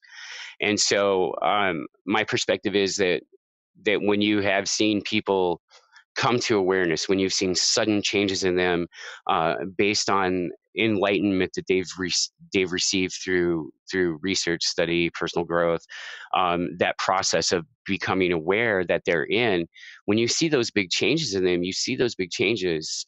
It's my personal theory that you see them because the metaparticle of their consciousness has shifted vibrational frequency and is now vibrating at the frequency that is located in this particular layer of our reality. And so, but everywhere else where you exist, every other possibility that you exist in is now the drone, the AI, the NPC, the shopkeep. And so it is equally important to remember that you are stealing, whether you're dealing with somebody who you think of is like a robot or an NPC or whatever. Just because you have that view, I think it is unhealthy and dangerous for you to forget they're a human being.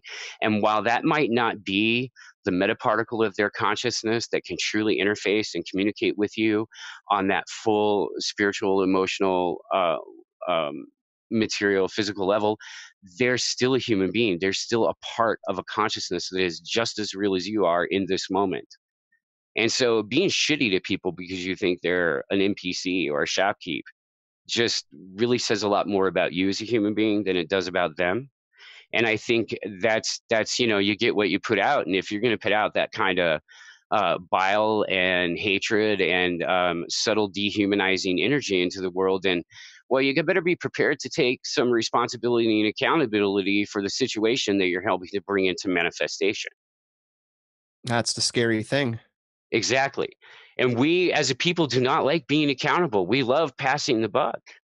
The thing that worries me the most is that there's so many disassociative drugs out there that I think really interfere with people's natural ability to parse the world in a logical manner. And one of the worst types of those are in the water. All the antidepressants, Prozac.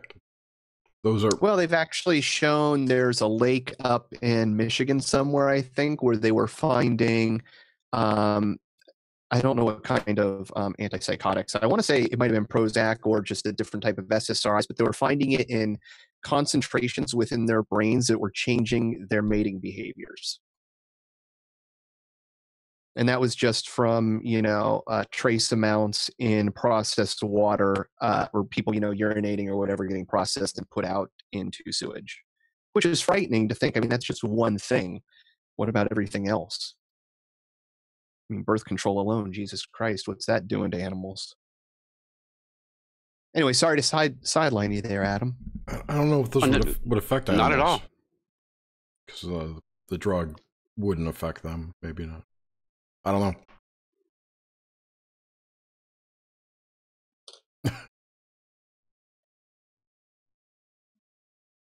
Sorry, I'm being so quiet over here, guys. This is a very interesting topic just to sit back and listen to you guys talk. Oh, come on in the water, man. It's just fine. I don't even know if I can contribute to this. You can contribute. Don't sell yourself short. You know, I recently had a conversation with another of our friends. I think it was yesterday with Feld. And Feld had made a similar comment. And it's like, I told him, well, I said, you know, we're talking about this stuff and you're still hearing it. And it's the energetic part of it is still vibing, because truth is truth. And when the vibration of truth is really happening, it vibrates in synchronistic harmony with your own energetic self. And when that happens and that comes into your spirit, it begins that process of manifestation. And so it's like any new knowledge, it goes through that process of percolation, and it'll go from being on that energetic level, and it'll percolate up to your conscious, mental, emotional, thinking, feeling level. And that's when you'll consciously grasp newer, deeper stuff. But don't believe that you have nothing to contribute, because your spirit has a level of awareness that you and your flesh are unaware of. So, you know, embrace the depth of the water and know that you are a strong swimmer. Oh, and you will buddy. always have something to contribute. In other words, it's the old saying, like, no matter what, the kids are going to be okay, that there's something going on here. We're part of it. And as fucked up as things are, eventually things are going in the right direction. There's a current and we're part of it. Yeah, absolutely. Yay.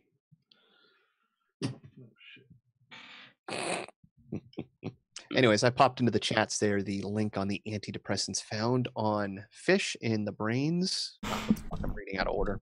There was some news. Antidepressants. Yeah, there was some news a couple of months ago about how much was in the water, just like in regular drinking water, tap water. Oh yeah, well, it's frightening when you look at they find Teflon in sea turtles. John Gotti? They find Teflon in sea turtles? Yeah, Teflon, which you wouldn't think, but it's in. Here's what's crazy: every plumbing guy that you know is laced with Teflon. They fucking use Teflon tape everywhere. It's TFE paste. It's Teflon tape. They don't tell you to use special gloves or anything for it. It's in all of your cooking wear. So when that shit gets washed off, they put it in clothes as an anti-spray. They used to put it, and they still might. They put it in oils. They make different spray, gloss coatings, non-stick coating. Non-stick coating. They were used. I don't know if they still use it, but as of like 2 years ago, they got caught. Different like fast food restaurants had TFE sprayed on the inside of their wrappers. So I mean, the stuff's everywhere. So of course it's going to get in the. Oh, and this is what I was going to say earlier, Jerry. You were talking about fluorescing chemicals or like minerals. Yes. And I mentioned when they do this with clothing. What they'll do is they put in these things that when they get hit by ultraviolet light, they emit a faint like glow light. And the idea is that you're going to have your clothes look brighter because they're glowing just a little bit more. But these universities found that if you want to test for sewage or wastewater being in streams where it's not supposed to, you would take a tampon and they tie the string to like something, just hook it there. And then they would come back like a week later and they would put a fluorescent light on this, and you could literally see these fluorescing compounds at where they had stuck to the cotton.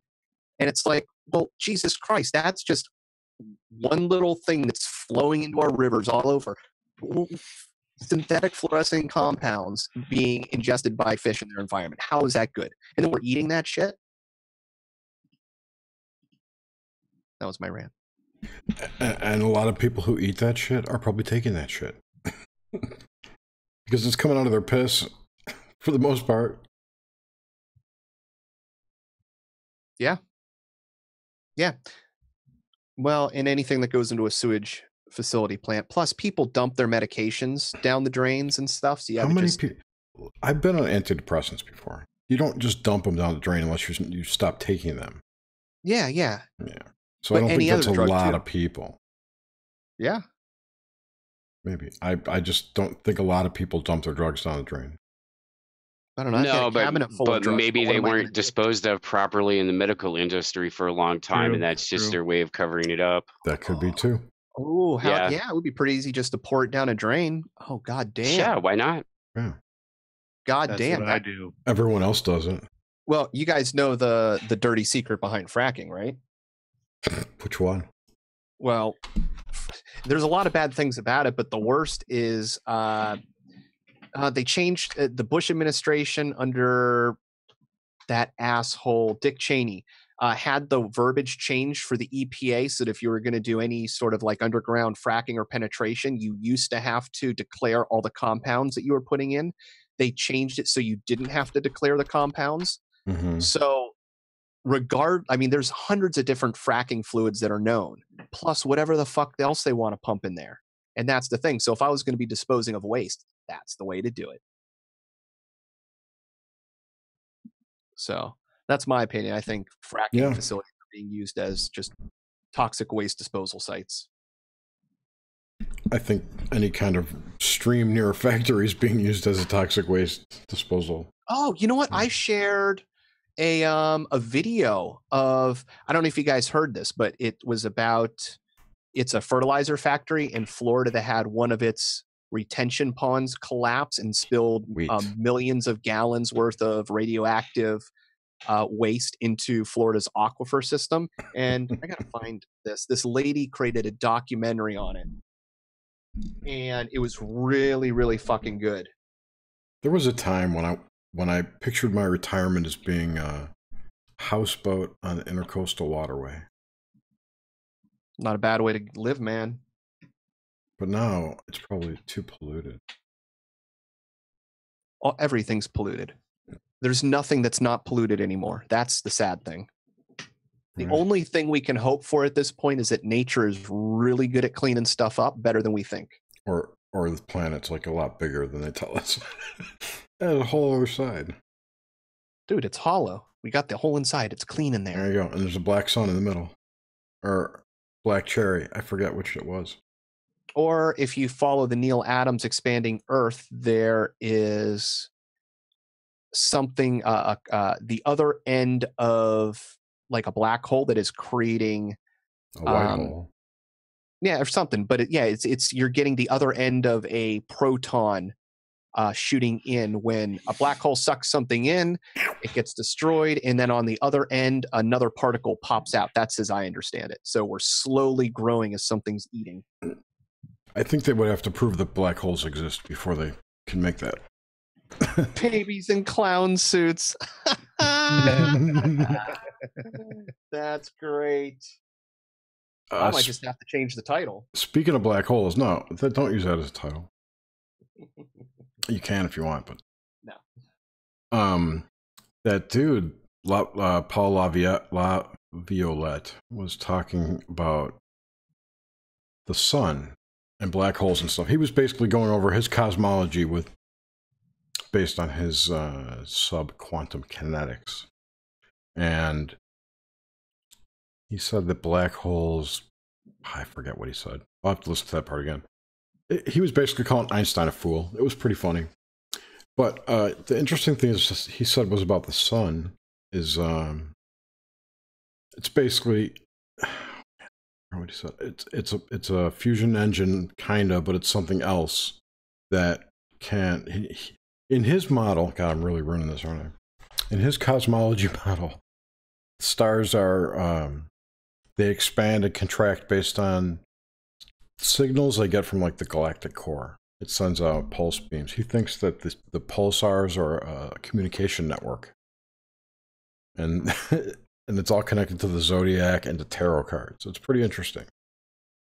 Oh, well, now that would actually be really interesting if somebody figured out some sort of base geometry or mathematics that would work universally, that would manifest, and then you created a communication system to tap into based on that. That's kind of his theory, that ET has set up this pulsars or to whatever. Why even lock into that? Maybe the natural process of the universe just builds itself with a direct connect. Sure. eat a mushroom or figure out through the sky and, directly connect. Mm-hmm. And he says that the alignments on in the sky in conjunction with reading the tarot and these pulsar things can point to this galactic superwave that gets generated every 26,000 years, which he says could be the cause of all the extinctions. Could be. I really like Randall Carlson's work on a cyclical cycle of every, 12,600 years, something like that. Yep.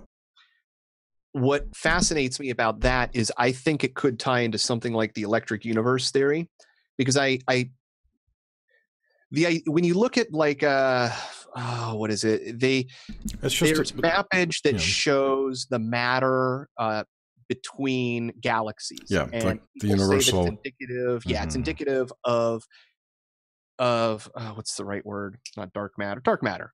But other people say, no, this is indicative of there being an electromagnetic field between these, and it's connected. And I think that makes a lot more sense. I buy into a lot of the aspects of the electric universe theory, but I also go, well, what if it's this? We have a system with these bits of matter that are connected. We have cycles. We are going through places. Well, holy shit, every 12,600 years, maybe we are going through a particular part of the universe that is, has a large collection of shit, and that's bad, and there's no avoiding it. We are going to be going through this spot over and over again.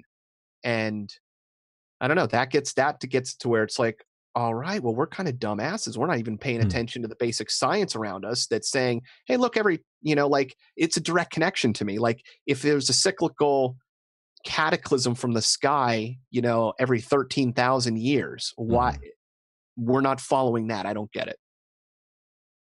I mean, Randall is, and some other people are, but the last 2 or 3 experiments to prove dark matter have failed. They're pretty much given up on that. Dark matter has always been an answer to a question mark in an equation. No, it's a variable that they haven't defined yet. Mm-hmm. Kind of like infinity or light speed. Well, I've said it before. I think all we're doing when we try to describe science is just telling a story. You're laying on a different descriptor of whatever reality is. So, I mean, we're just getting better and better at describing it, but it doesn't mean we're anywhere near close. Yeah, but I think it's deeper than that. I think there's some feeling that if they can define it through mathematics, they can control it somehow. And the drive is to always describe and model these systems. Maybe that's true, though. I mean, if perception is reality, as experiments show us, you can change the physical world around us. It could be a give and a take. Mm-hmm. I mean, we could just truly be victims of our own minds. We have computers, but we also get war. We are victims of our own minds. Dude, think about it. You get this awesome iPhone, but, it has to be made by, starving children or people jumping out of windows. Maybe. We don't know if that's true. They're made by the AI. It is. I've seen them do it. I read recently that they discovered a universe that supposedly is the first one that doesn't have any dark matter. A universe? Yeah. Where? I don't know. They haven't discovered any universe. A whole universe. Did you read this on beforeitsnews.com?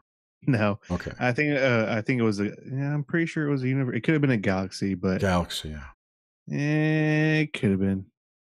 I don't think they've discovered any universes. No, they discovered multiple universes. I was fucking with you. No, I'm pretty sure. No, I think I just read it. Well, I think I'll skip visiting the universe of clown babies. Thanks. Yeah. Yes. Yeah, I think they discovered the first universe, or did it again. First galaxy that supposedly doesn't have any dark matter. I don't have any links for you, but that's okay. I'll Google it. But yeah, that would make sense because they can't find any dark matter. No, dark matter is likely does not exist. Right. Here it is. I found it. I found your story. Astronomers find the first and only known galaxy without dark matter. What the hell does that mean? Well, considering we don't even know what dark matter is. Right. That shouldn't be Well, possible. there's a lot of things that we don't know what it is. We don't know what we don't know. That's right. We don't know what we don't know until we know it. That's right. You guys.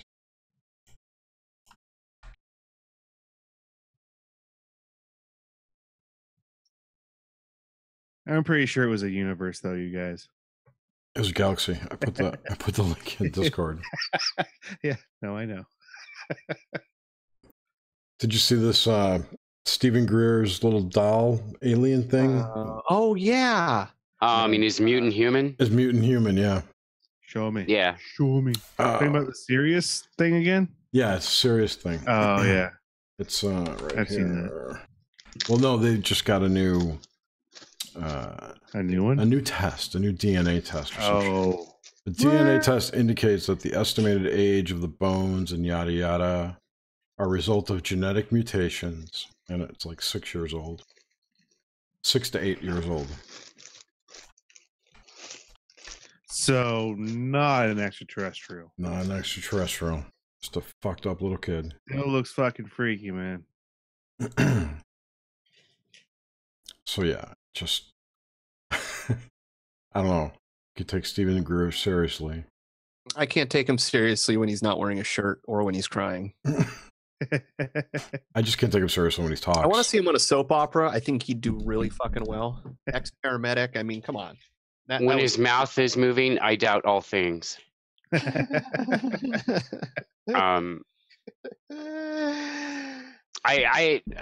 dude's CIA. The dude is like old school Tom DeLonge. Tom DeLonge is the new Stephen Greer.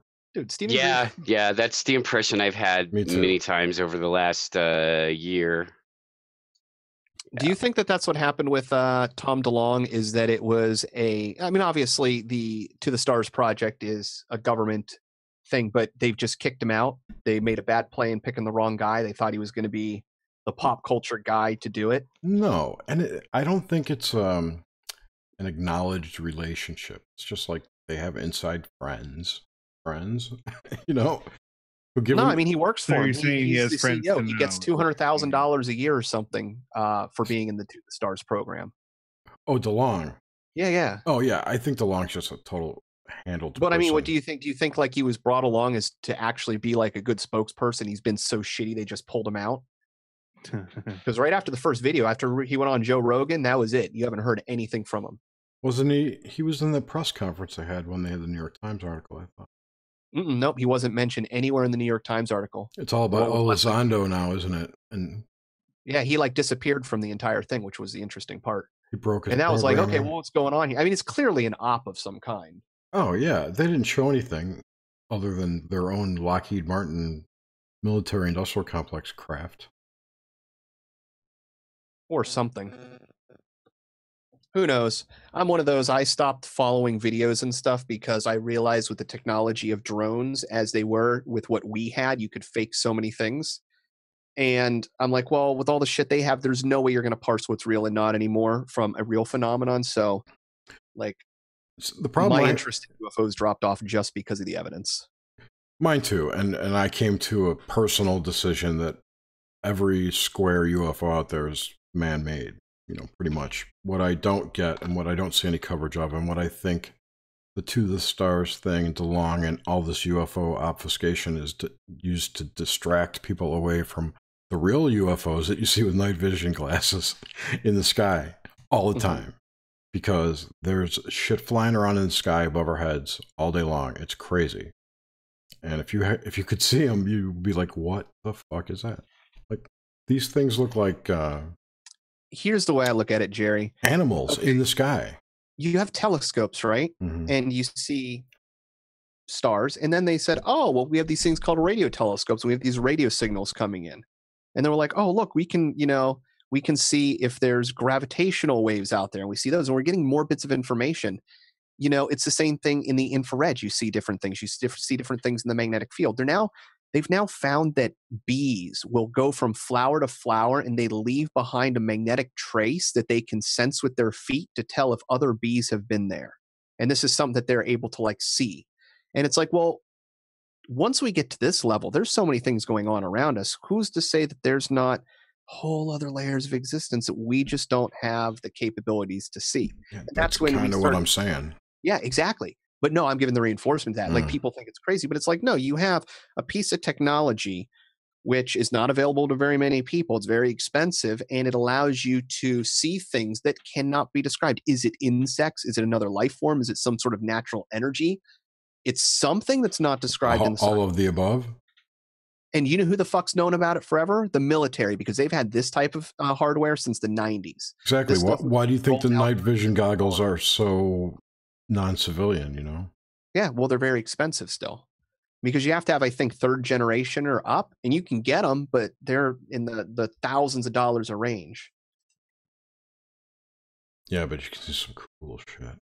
Dude, if I had the money, I'd have a pair. Me too. Easily. Donate to Adam so we can get a pair. Yeah, dude, or just donate a pair to the podcast. If there's a way for me to pull video out of it, I'll fucking go out there every night. There's this guy. It's so annoying to watch, but he captures some really interesting shit. He's got a night vision scope on his gun. It's a military grade one, and he's got some kind of camera hooked up to the scope, and he points the gun around, and you know, imagine looking through the scope of a gun on camera. It's like, oh, there's some more. Oh, there's some more. Back and forth. But he catches some really interesting things, and they fly, whatever they are, they fly in formation. Like birds. Mm-hmm. But they're not birds. Well, they could be something else. I've often thought about this, that I think I've told you this before, Jerry. When you look at like an octopus or something, how it blends into a background. Yeah.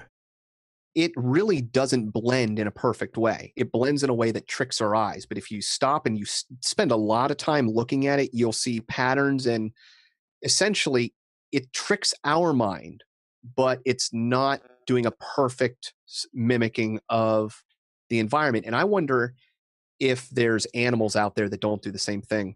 Because I drop shit on my floor. I have terrazzo, and I can drop a cashew or like a peanut or anything. It doesn't even matter what fucking color it is. And I have to get a flashlight and I have to lay the flashlight on the side and shine it just to get another bit of information to see it. And I'm like, so what the fuck? There could be some monster that just walks in front of me and stops. And if he can somehow trick my mind into not perceiving him in the environment, then boom, that's fucking Bigfoot. See, and I think this has something to do with angles. Like a sprite? Like the angle at which your sight works. That's what I mean, like a sprite. Like if you could turn it sideways, it would look... Yeah. 2-dimensional. Thin, yeah. And then you come the other way, and it's like you'd have to do sprites where you put them in an X. Yeah. Exactly. A little bit higher def than Minecraft, though. But yeah, it's the same idea that all these things are at angles. And I'm thinking Duke Nukem, baby. Okay, it's even worse. I think the X's were caltrips, but that reminded me about something I wanted to ask Adam about. Yesterday we were talking about frequencies. Oh, it was the frequencies of light hitting the gas and making rainbows. Right? So when it makes a rainbow, it's the angle of the light that causes the light shift. So maybe... Oh, that's interesting. Yeah. So, epiphany. or just something that has the same density as the air. How crazy would that be? Well, the thing is it the angle or is it the water that's making the color? It's got to be... Well, that's what I was going to say. Like, do you see a jellyfish in the water? Good luck. Oh, it depends on how close you are. Well, it depends on the jellyfish. And if it's, 90 degrees, right?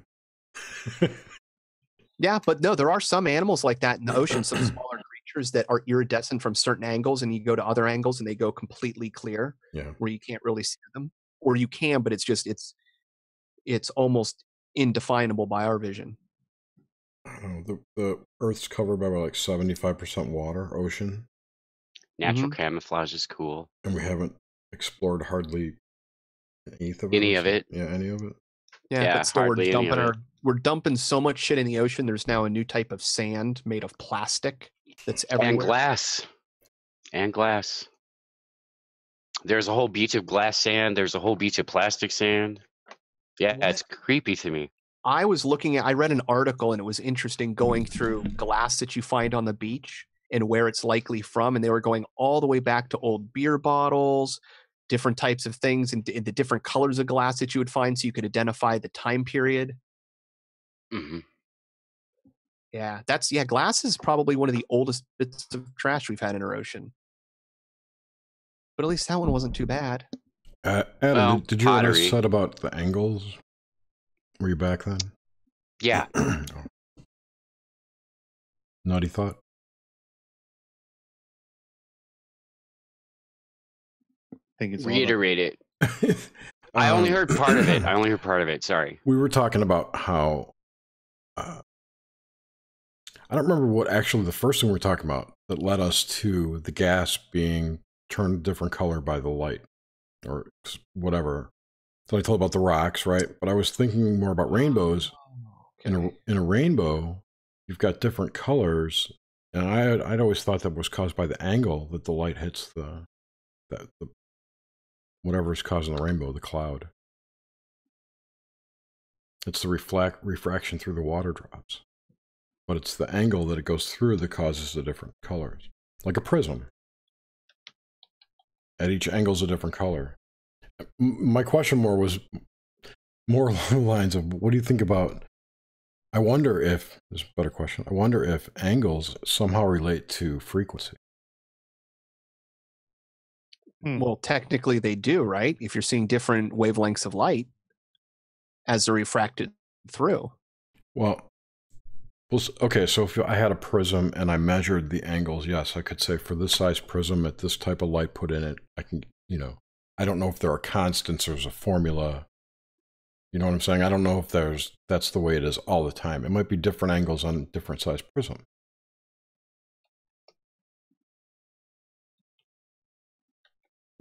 I just wonder if there was a relationship between the angle that it gets dispersed or split by a prism and the wavelength, frequency, etc. of the light.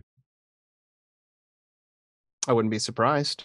I mean, what are you seeing when you look up with the infrared glasses? That's exactly what you're looking at. You're looking at a different wavelength of light that is being reflected by something that we don't see with normal optical lenses. Oh, now that's interesting. See, damn. Well, the night vision goggles, the infrared. Yeah, they're not even doing that. They're pulling up the low levels on infrared. Right. Well, I don't know if okay. I think the night vision goggles, the third gen, is what you need to see them, and I think those are a mixture of like ultra, UV and far infrared. It widens the spectrum in which you can see. Mm-hmm. It's like having makes sense. It's like having dark vision. Dark vision. Yeah, they're supposed to have some new types of eye drops out there using some sort of nanoparticle that's supposed to give you dark vision abilities now. And contacts, too, are supposed to be coming out. Dude, and that's crazy because how long before they start just injecting particles into your eye? And what the fuck are they going to do to your brain? I thought you were the one who wanted to get in line for that. No fucking way. Dude, you ever seen people that get their eyes injected with ink so that they change color? Yeah, that's creepy. Yeah. I'm not getting all British stuff. Like everything that comes up on Google Shopping now is in pounds. It's your VPN, yo. I don't have a VPN right now. Night vision goggles, like $500. Yeah, but for third gen? I thought they were still more than that. Gen 3. Oh yeah, those are. See, they don't have any. They're like binoculars and monoculars. No, you need the military style, not the cheap ones. Yeah, those are like $5,000. Yeah, that's why nobody has them. Yeah, because everything I've heard that if you get the cheap ones, you don't really see anything. They're not even worth it. You just got to spend the big bucks.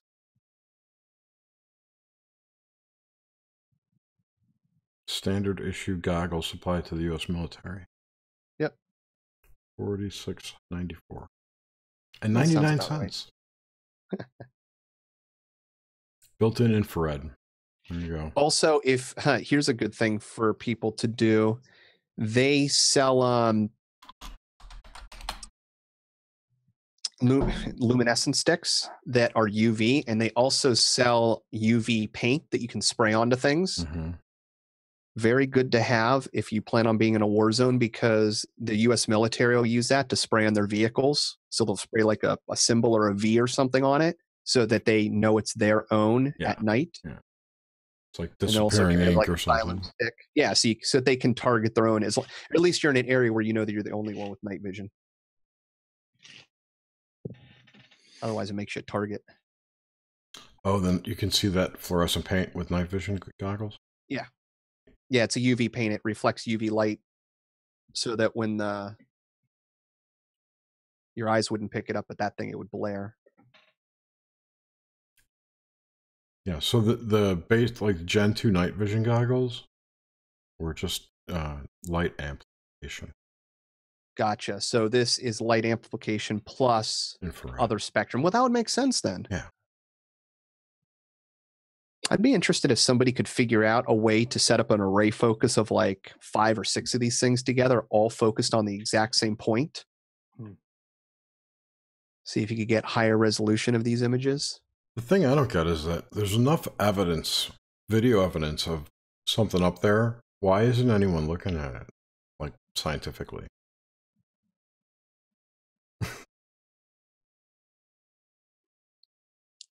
I stopped asking questions like that. When you look at like my favorite, the Mars crab. The Mars Well, crab. they explain it that looks away. like a crab. I have photos on my computer. I'll put them in the show notes of crabs that have been fossilized through sediment, through just in the ocean, and when they've been taken apart. And you know what they look like? They look like that fucking crab on Mars. So I'm going, well, how shitty is this? On Earth, we have examples of a crab that's been fossilized. We have something that looks exactly like a crab in the wall over there, and all we have to do is drive over and look. Why wouldn't we? Like, to me, that seems like it would be the best way to maybe find the greatest science. But again, they don't do it. Why is that? The island that the rover's on in Alaska doesn't let it go that far. Did you see the picture I posted? If it goes any further, you start to see Anchorage. That's right. No, there was a picture today I saw of a desert in Egypt. I saw that. Is that verified? No, I don't know where that is. But you know what I mean? Because I haven't verified it, but it looked cool. Let me tell you, here's my favorite thing. First Viking pictures to come back from Mars, blue sky. Never saw blue sky again. Everything got color shifted out of the proper spectrum. And then all of a sudden, all the new stuff that we're getting back recently is all blue skies again. I don't get it. There was a dust storm, I think they said. I remember because it was... Yeah, but it couldn't have been a dust storm for years and years as they were color correcting all of their photos. And the only reason I know this is because what people are doing is there were photos of color wheel that they use in all their... When their camera takes a picture, it takes a picture of the color wheel, and then they can color correct for what they know is there. And so essentially what people did is took NASA images with the color wheel in the photo and then kind of changed the scale of it.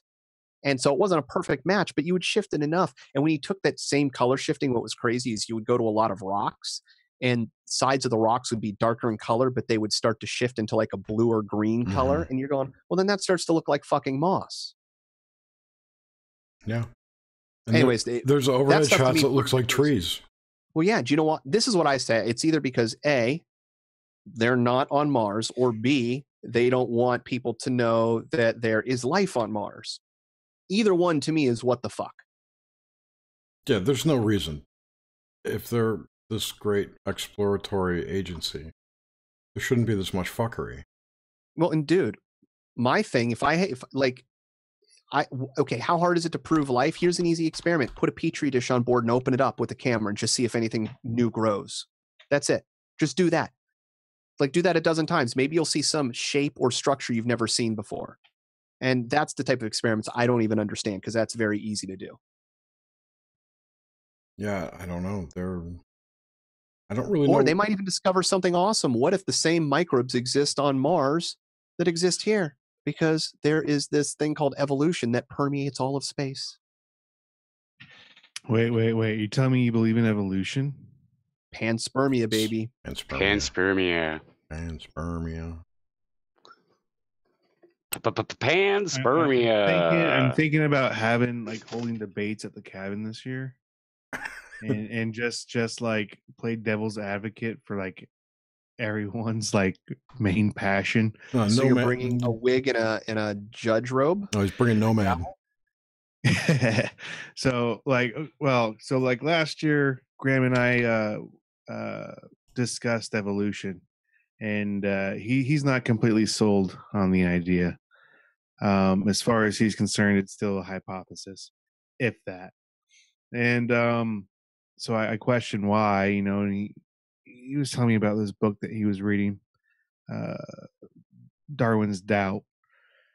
And I'm open-minded, man. So when I got home, I ordered it, and it's a fucking thick-ass book, right? And I found out that it's actually the second book he's written on the topic. And his first one is called Signature in the Cell. And that's also a thick-ass book. So what I did is I have Audible, so I just used one of my credits and downloaded that first one, and I haven't gotten through it. Like, it's a long ass book, but at the time I was reading a book on human evolution, and so I actually found a copy at Goodwill, of course, for like $3, and my copy was like $25. So I found this copy, and it was like right after I got it. Well, my fiance got it for like a gift or birthday or something. But so I mailed that to him. I don't think he's read it. But I was thinking about having a debate for evolution, and then with Darren, I was going to play devil's advocate for vaccines, and then for Adam, I was going to play devil's advocate for unicorns because I know he's a believer. And best word of advice you can ever get: never play leapfrog with a unicorn. and always wear Kevlar when you're playing devil's advocate. True. Anyway, I thought that would be fun and shake things up, but then I was like, man, I want to do research and shit. Like, I don't know if I want to do that. And you're gonna have to find somebody to debate you on the topic. Who's going to debate vaccines? Oh, Darren. No, I know, but who's going to debate against him and say that there's not a problem with him in our group? That's what I'm saying. I would go against them. Yeah, I would. You're going to show up with your own vaccines, and I would be again. No, wait, no. I'd be for it, and he'd be against it. And the same thing with Graham. I'd be for evolution, and he'd be against it. See what I'm saying? Basically, I'm there just to kick shit up, and stir shit and cause fights. I think it's a great idea. Thank you. I thought it would be interesting. We could and you could be the. I'll tag team with you. There you go. And we need someone to be the moderator, of course. Graham. Well, I don't know if I just piss him off about evolution. Oh, you said Darren. It would be great if Nomad was going, then we could actually have him be the moderator. He couldn't help himself. He would want to be the devil's advocate. Yeah, it's true. But either way, like I'm open minded to anything. I mean, all right, anything. Well, you can't be truly open minded unless you're truly open minded. Unicorn fantasy. See, he's in my head. Oh man, Kevin's gonna be so much fun. I can't wait. Oh, unicorn fantasy with cheese. I was thinking I was gonna bring like all this recording stuff, and then I was like, wait a minute. Why? What do I need to bring all this stuff? Like, are we gonna be there to record? Like, I don't know. Like, if Adam brings his Roland 5. If I get it, I just contacted him on Twitter, trying to find out it because they put up a new video post for the Roland 07 yesterday, seeing if it's going to get a release date soon. But if I do, fuck yeah, I plan on just bringing that and a microphone and the accoutrements to attach, and that'll be my entire recording equipment. And technically, I'm not even sure if I want to bring a microphone. I'm just bringing it in case we need it, like as an extra one. Well, see, yeah, I don't know. I don't know what Darren and Graham are planning on doing, if they're planning on recording down there. Well, he's got a big ass mixer, so if there's 8 of us, we can probably all plug in if we've got XLRs or something. Yeah. So that's why I was planning on bringing one just in case we needed to just have a bunch of people on. Thinking about bringing mine too. I mean, fuck, I have a mixture as well, and I could bring that, and we could just have like 20 people talking. Not that we would want to. No, we wouldn't, but it is a little easier.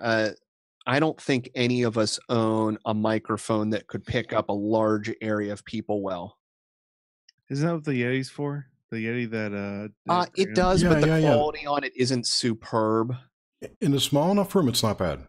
It's not bad. You can put it on stereo mode, and it will pick up the person from the direction they're speaking. Yeah. Anyway, I'm gonna do a magic show for you guys. It's gonna be awesome. Magical. No, don't expect anything. Oh, by the way, Justin, I will be if I get my recorder, it records the whole room. So that's how I'm going to be doing everything. I'll be doing lots of recording. So this magic will involve no lovely assistant or sequence of any kind, or clown suits. His wife's coming along. Or clown suits, yeah. Illusions. It's an illusion. Fuck you. It's an illusion. I'm fooling you, and you don't like it. And I'll just have the final countdown playing in the background constantly. Just you ever seen the video of the guy doing magic for a monkey? Yes. Yeah. No. Again, vastly different forms of entertainment. So he's at a zoo, right? And he does the backward. I would assume that he would be at a zoo doing magic for a monkey.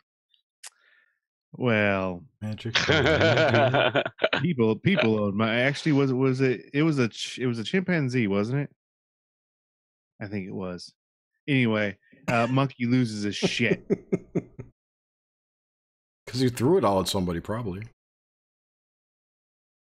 I see what you did there. I saw one today actually, and it was some dude like held up a card to this to a silverback, it looked like, and he held this card out like to the window, and he pressed it to the window, then he let go, and like the card was on the inside of the glass, and the gorilla just like took the card and like what the fuck? I don't know if I could find that. Looked crazy. There was a gorilla last year that snatched a kid off the side rail or something. He deserved it. I'm sure. I remember the mother was all crying and shit, like, "Oh, my baby." Yeah, but it was like a mother. Shoot that one too. It was a mother gorilla. It was a mother gorilla, like holding. I think the kid fell over into the pit. Is that the one that they shot? Coco, was it? I think so. I think so. I don't remember. Like Haribo or Hannibal. Hannibal, yeah. Or is that the Nazi craft? I can't remember. It's not Hannibal. Oh my gosh. Hannibal? What the? It's like that. I have no idea. Let's see. Gorilla. Someone's it's baboon, by the way. I just tossed one to Jerry. I'm trying to. Oh, maybe it was a baboon. It was a gorilla in the Cincinnati Zoo, named and something. Harambe. There it is, Harambe. Baboon is. I knew it was an H. Magic trick. Bamboo what? I put it in the main chats of the Discord, and I sent it to you in a message. Send it to you. I'm gonna post it here in a minute. I just need to pull it off my computer. Baboon. Hilarious. Okay. Put it into the.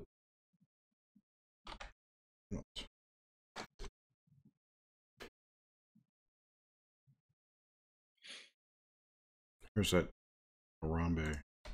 Hannibal. Oh yeah, I'm putting it in the wrong spot. What am I doing? Thanks, Jerry. Hilarity. Yeah, dude, that baboon loses his fucking shit. It's pretty funny. He loses. Like, what the fuck? Like, I don't know what you say what the fuck is, but that's exactly how you say it because it's the only thing he's saying. I guess it wasn't a great ape. It was an orangutan. My apologies. Oh, yeah, that was so shitty when they shot and killed that gorilla. It's helping that kid. That's what bugged me. I'm like, you motherfuckers, even if the kid died, I'm sorry, why was he in there? Like, as far as I'm concerned, like, sorry, I'm team watch your fucking kids. I agree. Because what are the chances Do that you he's know going to how hurt her? hard it is to watch your kids every second? Like, you have to blink sometimes. They're quick little fuckers, okay? Justin, No, do you ever imagine your child being in a gorilla enclosure at the zoo? Fuck no. You try not So, to I mean, I'd watch imagine. my kid. You try not to imagine those But scenarios. you know what I mean? Like this, the scenario for that to happen. Yeah, Like- no. Yeah, no. I mean, and I mean, as they a have parent- guardrails around them that are meant to prevent kids from climbing. This is a Cincinnati Zoo. It's not like they just lunged up there in 3 seconds as you picked up a binky. You've obviously never seen my children run. You've obviously never picked up a binky. You've obviously never picked up a big. Are you trying to say that their father's really Graham? That's where they got their amazing calves from. It's possible. That's why their asses smell like coffee. Always asking for extra butter. Hey, Saying sorry. Constantly saying sorry. he's making good progress. No, he's not. He still does a sorry. He occasionally drops in the Nassau. I got a nice ISO of him doing a Nassau. I still giggle inside when Phil says against. Against. Okay, here's a quick question for you guys. Is it lever or lever? Depends if you're Canadian, Yeah, British, or American. What do you say? Is she hot or not? Is it lever or lever? Lever. You gonna Lever. say lever? Short E. Huh. Is it lever for you? Yeah. I don't know why. This isn't a sitcom, you know, right? So what Leave do it to Beaver. I Or don't know why. Yeah, I I think I actually use both depending leave on the it to Beaver. Yeah, I situation. probably To use them Beaver. interchangeably. Because you pull a lever, but you lever something out of somewhere. I call it leverage though. And the television show leverage. Yeah, if you're saying leverage, but you don't say leverage. some No, but I peop- say leverage. But if you're gonna lever I something actually out say of, leverage. you know, I don't know. yeah, lever doesn't sound right. It is lever. You pull a lever, but you lever somebody out of a ditch. At least that's how I use it. I don't know. So do you guys are you pops or sodas? Oh, I'll use both. pop. Yeah, I use both. More frequently though, pop. Sometimes I'll say soda pop. What was that? Well, is it a Fuck you, indecisive on the fence. Can't decide which Is it a one to call you creek? soft drink or is it a crick. creek or a crick? Crick. Yeah. I'll say crick to annoy people. Correct. I say holler to annoy people. Down in that holler over yonder. It's a creek for me, but my grandmother is all about crick. Crick, Yeah. fish, deesh. Washington or Warsh. Washington. Yeah. Oh, my Warsh or mom wash. says Washington. I'm like, There's no ah. not There's no Washington. ah. That's an East Coast thing. My whole family. Well, that's like people pronounce Moscow, Idaho instead of Moscow. You know. Oh, Des Plaines, Illinois. Mm-hmm. It's the plane, boss. is it orange or orange? Orange is the only word, and Yeah, I've never heard of orange. orange doesn't Orange have a rhyme. or orange? Rhyme. Nothing that rhymes with orange. Rind rhymes with rhyme. Does It's true. and crime. Rind crime. Ooh, mind blown. Time after time. With that mime. The one on 4th and Vine. In the box. The box near that stack of rocks. Okay, how do you guys pronounce crown? Crown. Well, like the coloring utensil. Crayon. Oh, crayon. Crayon. What did you say, Justin? We would call them crowns up here. Crowns. It's interesting Well, you it sounds said like crowns, but like I can hear an inflection when I say crown. I Oh, got that makes sense. I got an interesting synchro around this. When my oldest daughter was 5 or 6. We were going out to dinner, and she was in the back seat, and she said, "Will this place have crowns?" She kept asking if they have crowns. They're gonna have crowns. We're like, "What do you? We don't know what you're talking about." She's going, "Crowns," and she finally says, "I'll tell you. I'll show you when we get there." She got a grad. She's like, "Crowns." We didn't teach her that at all. Huh. That's crazy. You're like, fine, we have to go to Burger King. Lawyer or lawyer? Lawyer. Lawyer. Liar. I call them liars. Liars. Okay, that makes It's more the Irish pronunciation. He's a liar. They've come to the right place then. Fucking cunt. Ice gold. Money penny. The casual cussing of the Irish people. I miss it all the time. Dude, one of my favorite people has such a thick Scottish brogue, and every third word is cunt. It's the most beautiful thing ever. I have some Irish and Scottish friends that I voice and video chat with on a really regular basis, and it is the same thing, man. Listen to Vinny Eastwood sometime. Social justice get dropped into my Scotland. expletive vocabulary has actually increased. I didn't think that was possible. Listen to you fucking cunt. If you listen to Vinny Eastwood, he calls all the elites Rothschild, fucking cunt. It's funny. Nice.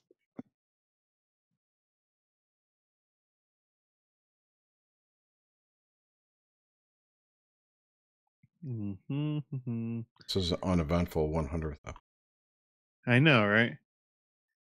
So, how do you guys say pecan? We're off the rails, man. What do you mean rails? We were taking a train? Crap. I brought a life jacket. I thought we were on a boat. Don't they call those boots. Pecans? Pecans. That's why. You know, if it's weird because like my grandparents were from the South, and so my mom and my aunties and my uncles grew up part of their lives in the South. So when they're all together in the same room, I'm suddenly like somewhere in Mississippi. What part of the South? Mississippi, Missouri area. Okay. And so, yeah. And so it's really funny because I pick up inflections from them and you know, because you grow up with that in your family. And so, again, sometimes my word usage is like so completely situational. You know, like crick and creek. Because there's a creek in the floorboard, but there's a creek that runs out back where we catch crawdads. I have I love those crawdaddies. Oh, yum. Good food.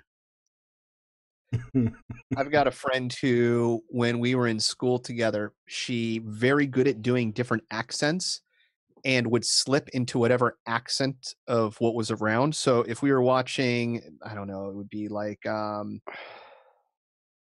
not Buffy the Vampire Slayer, one of the shows where there would be somebody with like an Irish accent, like a Xena the Warrior Princess, and all of a sudden she'd start fucking talking in an Irish accent out of nowhere and not even realize she was doing it. She would just like rogue absorb. I get that because I do that sometimes. My mother used to do that when we traveled. I hated it. When I was a kid, we had because I grew up in a military town, and so when I was a kid, we had military neighbors, and we had a set of neighbors where his wife, and I wish I could remember their names, but she was from the UK. So her family sent her UK care packages to include things like, movies, food, all kinds of stuff. And I spent a lot of time with their kids because we were the same age.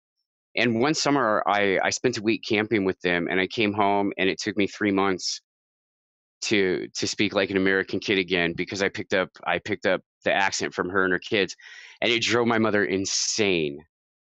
So I do that sometimes, though every time I try and do a German accent, it somehow becomes super swishy and scary, dominatrixy, gay. So it frightens me. Hitler's brain in the jar. It's horrible. It's horrible. I wonder what even happened to that guy. I shy away from that one, but yeah, most of my when I do German accents, they tend to go a little flamboyant. Yeah, they just go wrong. But what about when you drop into Spanish there, Justin? You're fluent, right? No, I'm not fluent. No, I'm kidding. not at all. I can do a pretty decent Hispanic accent, only because I grew up around it my entire life. I was gonna say something, but now I forgot because I was thinking about Hitler's brain in a jar. Were you a Crip or a Blood? It depended on where I was. I gotcha. I spent some time down in Oregon on the Warm Springs Native Reservation, and they had this habit of saying "guy" like all the time. Some lady said it to me this week. Guy. And yeah, when I got back, I spent like 3 months down there. When I got back, like I had picked it up, and like it pissed all my friends off. Would you fucking stop saying that? It's creepy. I don't like it. And yeah, like when people call you Chief. Hey, Chief. What? Hey, Chief. What's up, boss? Yeah, I'll say what's up, boss. What's going on, boss? I like the Jerky Boys ones. Hey there. What's a butt nut? He makes shit up. The guys make shit up. Hey, butt nut. Jerky. Hey there, Jerky. Hey, jerk. I always fall into doing the Men in Black routine whenever somebody says, "Don't call me that." I'll jump to Chief, to boss, to this, to that, and every other classic. Have you guys ever heard the expression, the devil is beating his wife? Oh. Yeah, like we used to hear that when I was a kid when it would rain and there were no clouds. And when it was sun shining outside? Yep. Yeah. What the hell is that about? I don't know. I think it's a southern colloquialism. I don't know where it originates. Well, I'm looking at this map of where people say things differently, and that's around Alabama and Mississippi. Yeah, okay, yeah. My grandfather used to say things like it's raining harder than a two-bladder cow pissing on a flat rock. or I'm finer than a frog hair split 3 ways. So, so or like he would I remember he would say when he wanted you to get rid of something, he would tell you to get shed of that. You gotta get rid of that dog, you gotta get shed of that dog. See, Adam would call those sun showers. Is that correct? Oh yeah, we call them sun showers. Yeah, no, that's the devil beating his wife, Adam. Get your shit together. Yeah, man, come on. In my looking. Get with the apocalypse, dude. You're behind. When I moved to Atlanta, I was shocked to find out that shopping carts had turned into buggies. Oh, yeah, I heard that. I've heard. Wow. People, And they call bags, like if you get grocery bag, would you like that in a sack? Can I put that in a sack for you? What? You guys, do you guys say tennis shoes or sneakers? Sneakers. Yeah, I'll say sneakers. I've heard tennis shoes before too, but I just say sneakers. shoes. Just say shoes, not even gym shoes. Shoes, boots, flip flops. Well, I mean, if I have to, boots are boots and shoes are shoes, but sneakers are sneakers. Yeah. Yep. It's But all types of sneakers are sneakers. Even the running kind and the CrossFits, they're sneakers. Yeah. There's no distinction. It's just a sneaker. Right. Why do they call them sneakers, though? You're just supposed to be quiet? Yeah, I think so. I guess. Because Robert Redford made us say it. Because of the movie? No, because of MK Ultra. Yeah. Oh. No, that would be Mockingbird. Yeah, I think it would be Monarch. Damn you. You and your horrible salad dressing. And Sundance. No, that and your frightening skin.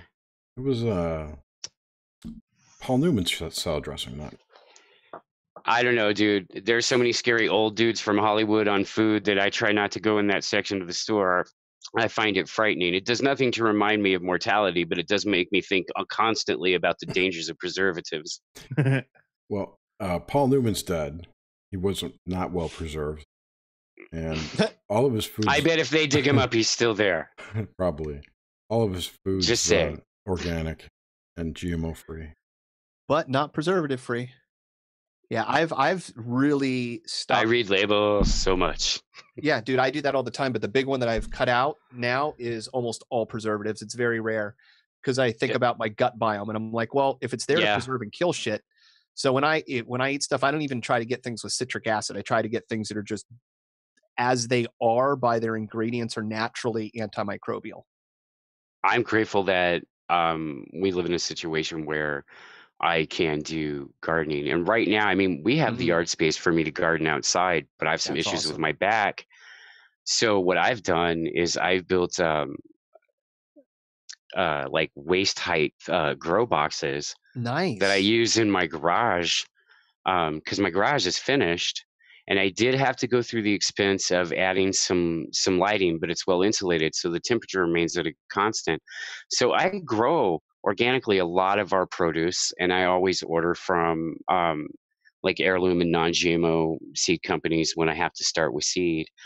So I grow like microgreens. I grow a lot of the vegetables that like normally on our budget we can't afford. Things like zucchini and yellow squash, which are very expensive. Stuff like eggplant. Couple And you know types of exactly what's tomatoes, in you it. know. Yeah, and I really, really enjoy it. I think when I get to the point where I can move outside, I'm planning a greenhouse and a mushroom greenhouse. Nice. Because I like to grow lion's mane and a couple other different varieties of yummy, healthy, good for you fungus. Yeah, And Paul Stamets is a huge proponent of lion's mane. I am a huge fan of Stamets and his work. I think his work He's is now revolutionary. proposing. Have you heard his proposition on using lion's mane, psilocybin, and niacin together to encourage nerve or neurologic growth, something like that? Yes, I have. I've actually watched quite a few talks from him on it, and I've read some of his work. It's like I have this huge Stamets reading list to Did you work see my him way on the through. Joe Rogan Experience? I did. That was amazing. When he goes into the portobello stuff, and it's like, wait, you can't tell us about portobello mushrooms because you're worried that the military essentially is going to kill you. What in the fuck? Yeah, like that terrifying, like, right? But just like, okay, so I'm gonna go buy some at the store and eat them. Yeah. Well, and it's about cooking them too, as I recall. He said. Yeah, he said always cook all mushrooms; they should always be heated. Yeah. So and actually, since getting into his research and work, I have stopped eating raw mushrooms because I really like them. What's the reasoning behind that? I don't know, but I do know that Paul Stamets is legitimately the world's authority on mushrooms. And what's the deal with the portobellos? Don't know. You know, if you ever really interesting podcast to watch, and I say watch here, you know, you watch videos. He does it with Paul Stamets when he's telling the story, and you can just look this up. He tells him a story about taking like 4 grams of mushrooms or so, or high dose of mushrooms, and then like climbing into a tree in the middle of a thunderstorm. Yeah. It's a good story. Who? Paul Stamets. Doing with who?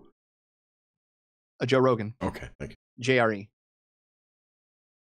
STAMETS. Oh, by the way, you can get his supplements. And here's what I love. He doesn't call mushrooms psychedelic mushrooms. He calls them, if you look medicinal. At his website, it's not even medicinal. He calls them something along like food, that they're like a different type of, God damn it. I'll have to think about it. But anyways, he, if you go to any of your local health food stores, there's Host Defense products, which are made from mushrooms.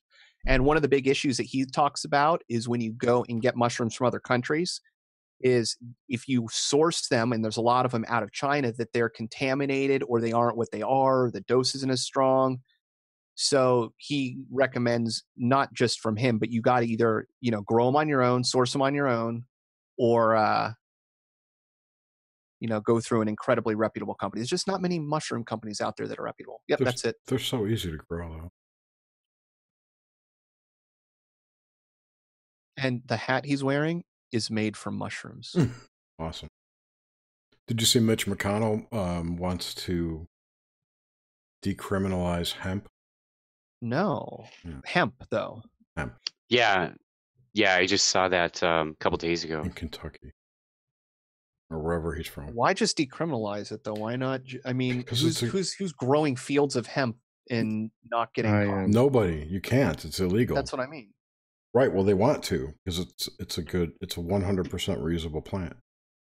Dude, what it takes to do 10 years in a forest, you do in 6 months on a chunk of land, and you get more out of it. Yeah, I think you get something like 10 times the amount of mass. Plus you get, food and nutrients. The soil is much easier to keep. You can rotate it evenly and not, what do they call it? Overloading. It's called a weed because it's fucking easy as shit to grow. You walk away from it. And then it makes, and here's the crazy thing. I mean, the first fucking cars were made of the stuff, and it was stronger. The plastics are, goddamn indestructible compared to all the petroleum-based stuff we have now. And the oil is good. The seed oil is good for you too.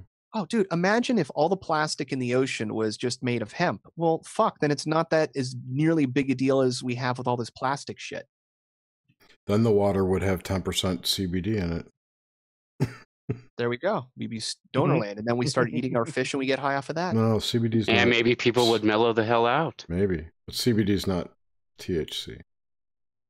No, but you still get you get a different feeling off of it. You don't get a high. You get physical comfort more than mental. It's more like a. It's synergistic though. Like if you have even a little bit of THC, pain relief and focus. Yeah, pain relief. Yep. I actually got to smoke some hemp, like CBD hemp. Didn't have any THC in it. And how was it? It was good. It tasted not like tobacco, but not like pot. But it was a very calming, physical, mellow, like a. I liked it a lot. Have you ever had the chance to smoke live resin? No. Only the dead resin. Oh, that stuff's amazing. The only thing I ever smoked was that crack rock and weed. Here's what they do, Jerry. You take flour and you put it into a press and you squeeze it, and the oils that squeeze out, you collect. So it's as pure of an extract as you can get, and then you burn that. And that's different from BHO and wax and dabs. Yeah, because those are all extracted. You put them through either... Right, they're carbolized or butane, whatever. alcohol, ice cold water, depending on the system. Yeah, and they all extract different things in different amounts. But the live one, and it's beautiful. I've seen that's essentially what they make heroin out of if it was a poppy, right? They get the actual raw resin out of the poppy seed. Maybe, I don't know. I've never actually watched how they make heroin. They cut it with a razor and it drips like sap. That's interesting. How I remember it. Yeah, this you take. I think you even probably take a dried flower when you do it, maybe, and you just squeeze it because you're just getting all the oils and. Maybe it is wet. I don't know. I don't do shit. I'm wet. Yeah, but are you weed? I wish you hadn't shared.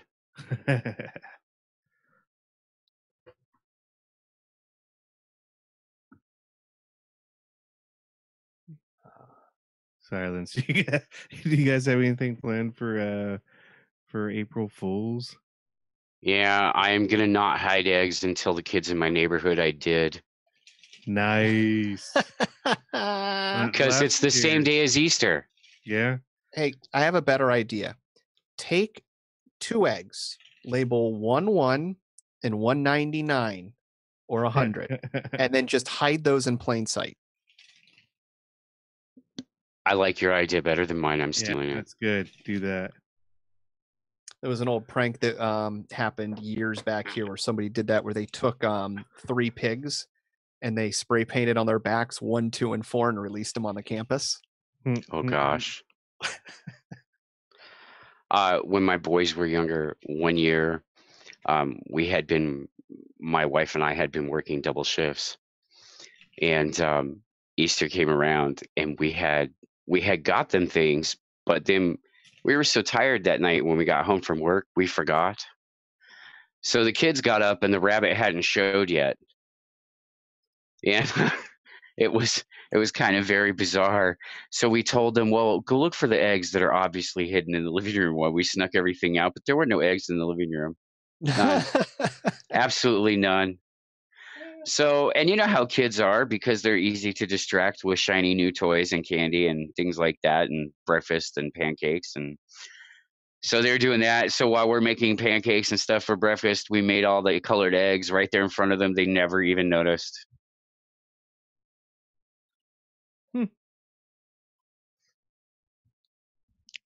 I hated having to go look for eggs. It was the stupidest thing. Oh, I didn't like it as a kid either.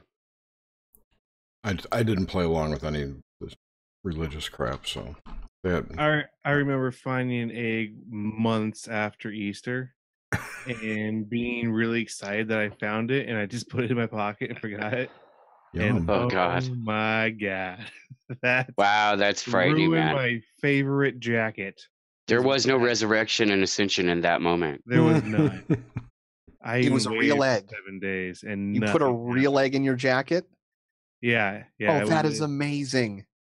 That's fantastic. No. It was an Easter egg. I just found it months after. Yeah, no. Animaniacs used to do a good idea, bad idea. Good idea, finding an Easter egg on Easter. Bad idea, finding an Easter egg on Christmas. Yeah. What I've been doing the last few years is now my mom lives with me, but when I'd go to my mom's house and all my nieces would be there, and the rest of the family and my kids, and I would hide Easter eggs and put money in them, right? And I'd like cash in $20 and all in ones, and I'd put those out, and then a couple 5s, a couple 10s, and like one was 20, so I get like the adults to play too because there's money involved. And so the last time I did it, I found some camouflage eggs, and I hid the big money in the camo eggs, and all the money was counted, and there was still like, I don't know, like $5 or $6 that was still missing. And for like the next 2 years, my mom would randomly find one while she was mowing the yard. Don't ever do that if unless you map it out. Because did you notice like pattern in the colors that were always found? No, I mean they were all camouflaged. So it wasn't like only green eggs you found or blue ones. No, I mean they were all like just straight up OD green camouflaged. Yeah, not a great idea if you're hiding money. No. I mean, she found them all eventually, but couple years after. Yeah, see, we really didn't hide eggs around my house. My parents would do a basket, and they would stick it in the usually in the oven to hide it. It was kind of cheesy. Every year it was in the same spot. Stick it in. Yeah, ours when I was a kid would just appear magically next to our beds. Yeah. And they were wrapped at first, but then over time that stopped too. Oh yeah, and that would stop too. And I think for my mom was really big on like decorating for the holidays, because when she was growing up, I mean, she's the youngest of like, the second youngest in a family where 6 kids growing up like from in the 50s and 60s and all that, and so in her family they had holidays, but it didn't get real out of hand because of the era she grew up in. And so when we were growing up as kids, she kind of would go overboard with the decorations every freaking holiday. And so as an adult, it's not that I dislike holidays. It's just I have very selective holiday tastes. It's like I like 4th of July. Why? Fireworks. It's the only reason. I don't care about anything else connected to it. I just like watching fireworks. Fire's cool.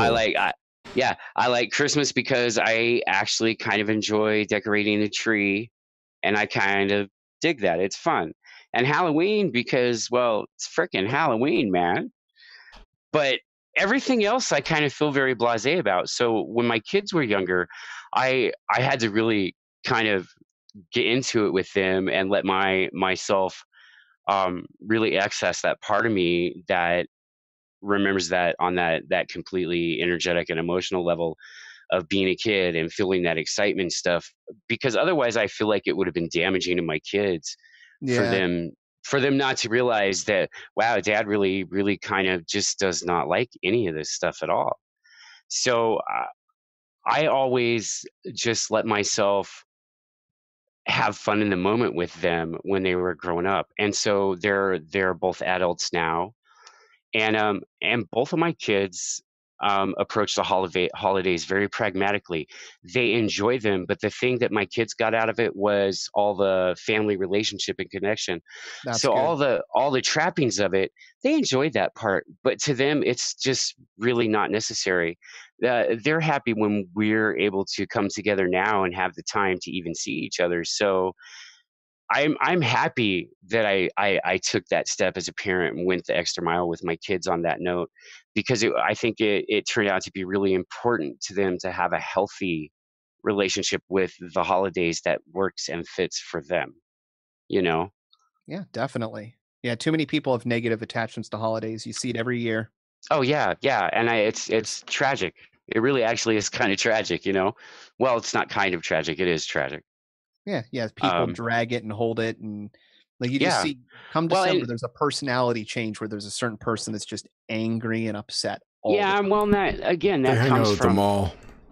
Well, yeah, dude, and it I used to comes work retail at the mall, which is why I got burned out on Christmas because of those two things. A, people like that, there's just 20% of the people coming in miserable, and then B, Christmas music Oh all God. day, all night, Christmas stuff 3 months in advance. And plus my mom, when I was a kid, would keep Christmas stuff up year round. Like God. Christmas tree. She has a Christmas tree up right now. That's horrible. oh, I can't do that.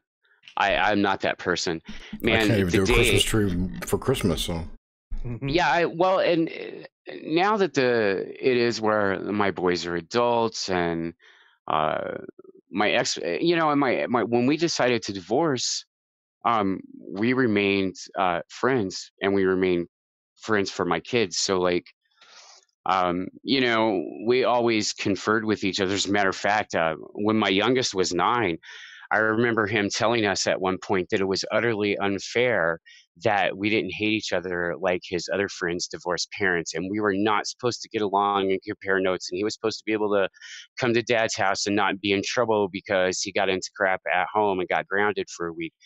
And so my kids never got to deal with that whole divided parental front Oh, because those we poor just didn't let children it losing out happen. on the American dream. Yeah, and I remember my ex-wife, she turned and looked at him and she said, don't you think you should just be really, really happy that you have a mom and dad that care enough about you to not treat you like a piece on a game board, like you guys treat your toys? Ask your friends if they're happy when their parents do that, really. And I guess he went to school the next day and asked his friends who had divorced parents if they were really happy, how their parents kind of used them against each other, and came back and gave us a report the next day. And Big surprise. They felt like shit. yeah, yeah. So I'm happy that we came to a healthy place with our own relationship, so that it didn't impact our children so detrimentally as divorce often does, Oh, dude, the especially in our second that a Western child culture gets turned where into a weapon, it's yeah, absolutely. And it's hard. I think it's really, really hard on young people too. Young people going through it as the children, young people in relationships and marriages now, because we live in a culture that touts all these things about how marriage is this sacred institution and all this other stuff. Yet at the same time, socially and culturally, we treat it as disposable. We have places in our country where you can drive through and get a wedding, and then turn around and drive through the other side and get a divorce. So I think that really permeates us on an unconscious level, and I think it really is very damaging to our ability to communicate and have healthy relationships. So I think in my own case and in my own life, um, I'm grateful that my ex-wife and I found a way to move past where we had our issues and could come to a place of understanding that it was not healthy for us to stay together for our kids, and that it was also not healthy for us to ever put them in the middle.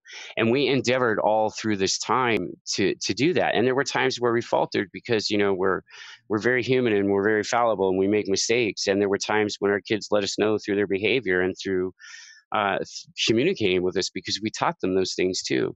And they would let us know, man, when we were kind of really overstepping somewhere as parents, where we were letting something that was between us become about them in some way. And so I'm grateful that we took that approach, because my kids are like everyone else, flawed and imperfect, but they do a really good job of moving through their lives and making good decisions because we did our best to give them as healthy a foundation as we could.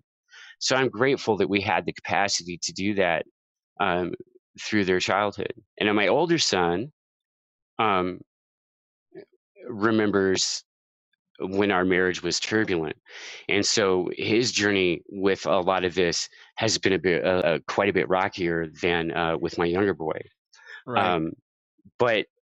But we have a healthy relationship. We have healthy relationships with our kids, both of us, and we still continue to have a healthy relationship with one another.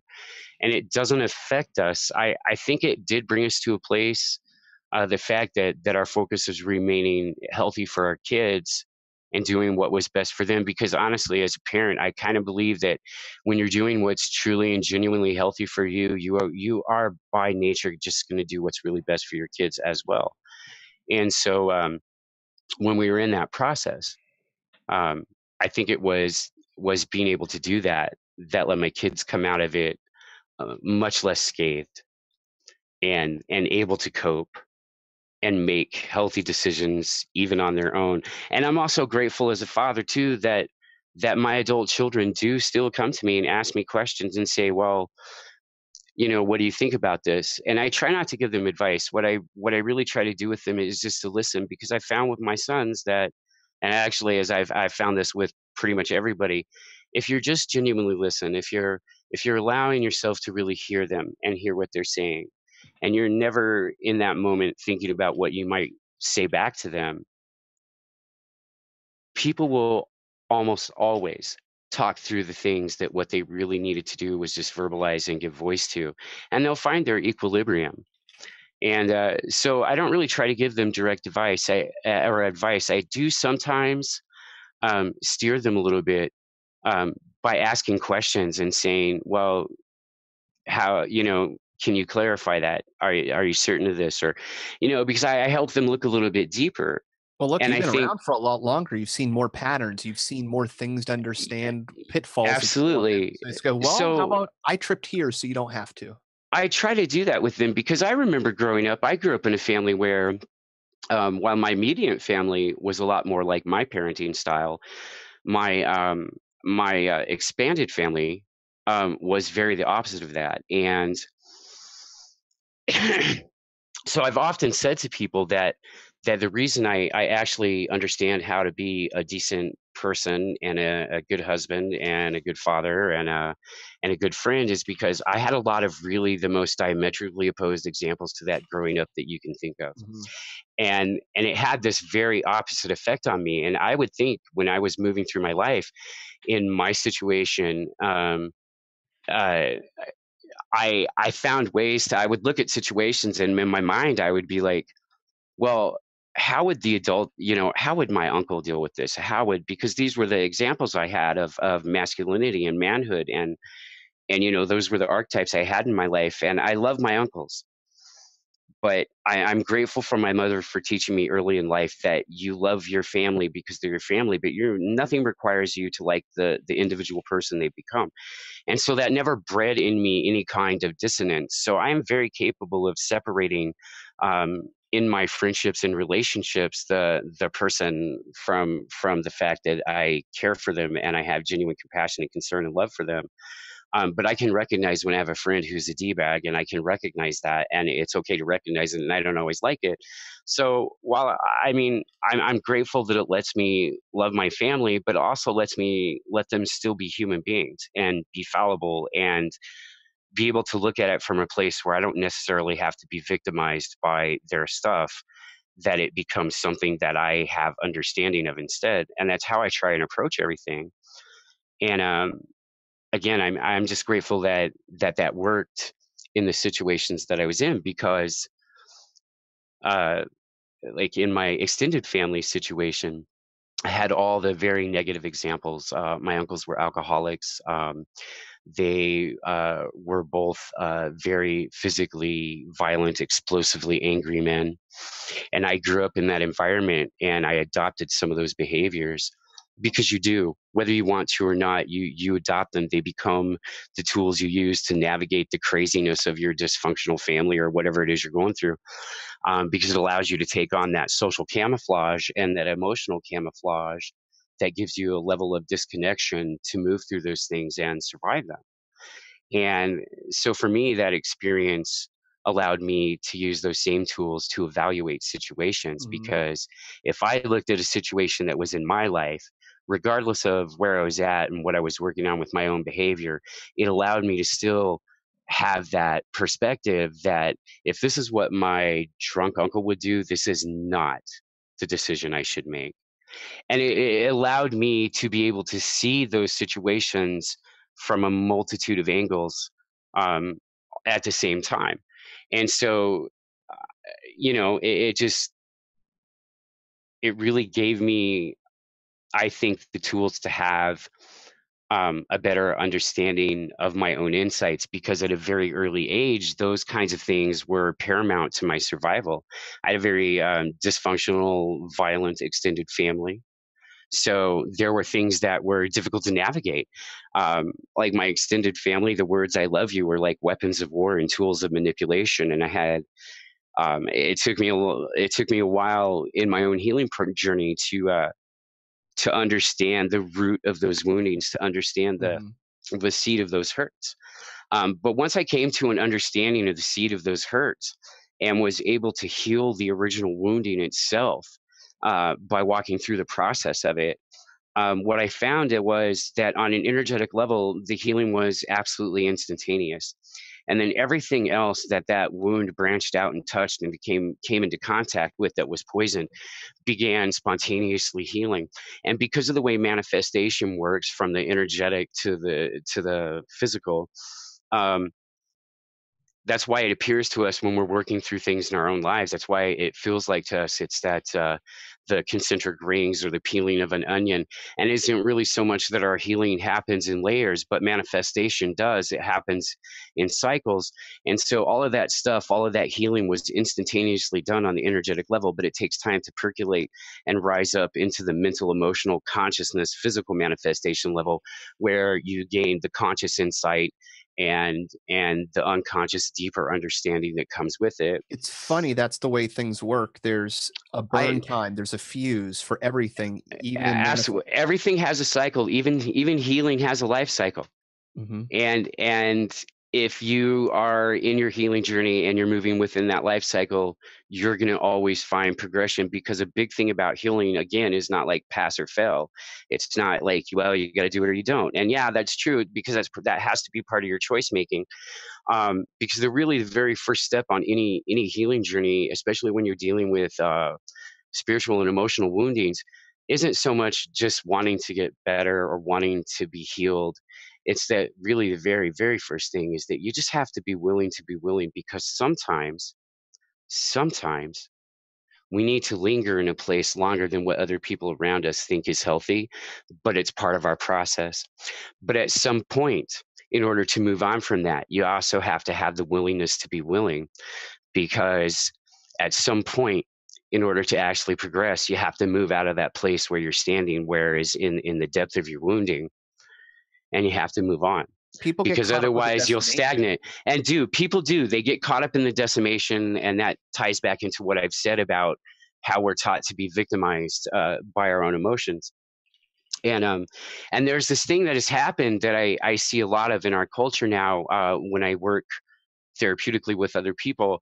I see this thing in our culture that has turned into what I just call in my own notes entitled victimhood.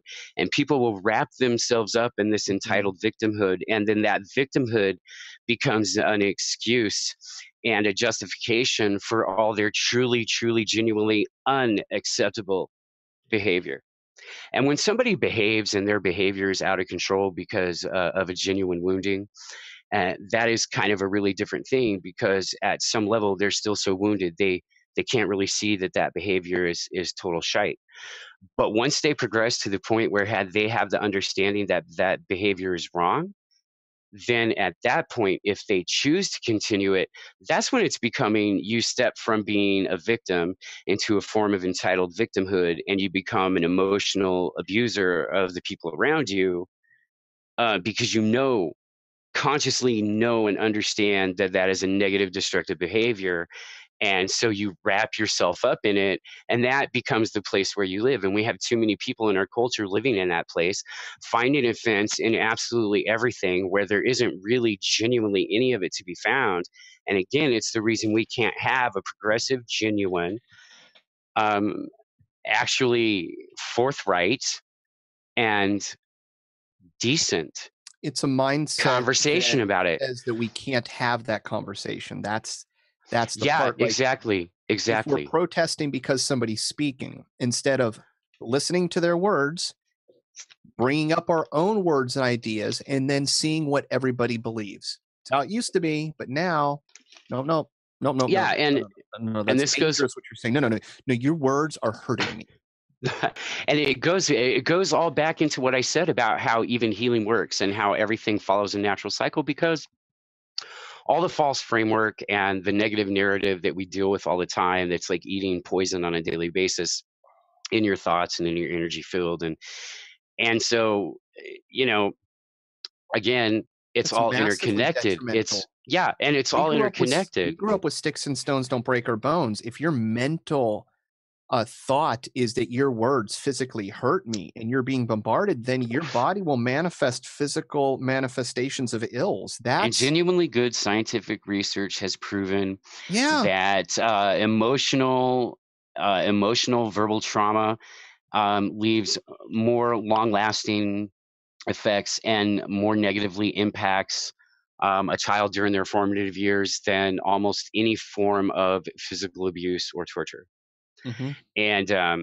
And I would say to you that while I am somewhat loath to reference an Abrahamic religion, I will also point out that I genuinely believe that our universe functions through vibration frequency. 369 Tesla said, and so I really do believe that we carry with us the power to create and destroy in our mouths with our tongues, because our mouths are vocal cords. These are the tools that we use to express ourselves vibrationally in our world, and vibration creates, vibration manifests. Yeah. Exactly. And so think about the words and how you speak when you speak emotionally, and what you're actually manifesting and drawing together and giving form to and intent to in the aether, and how that affects the people around you. And it's everything. It's even your thoughts. You can pick up magnetic waves from your body 2 feet away. That propagates. Everything's connected. If everything's quantum, then your thoughts all connected. Everybody. It influences. So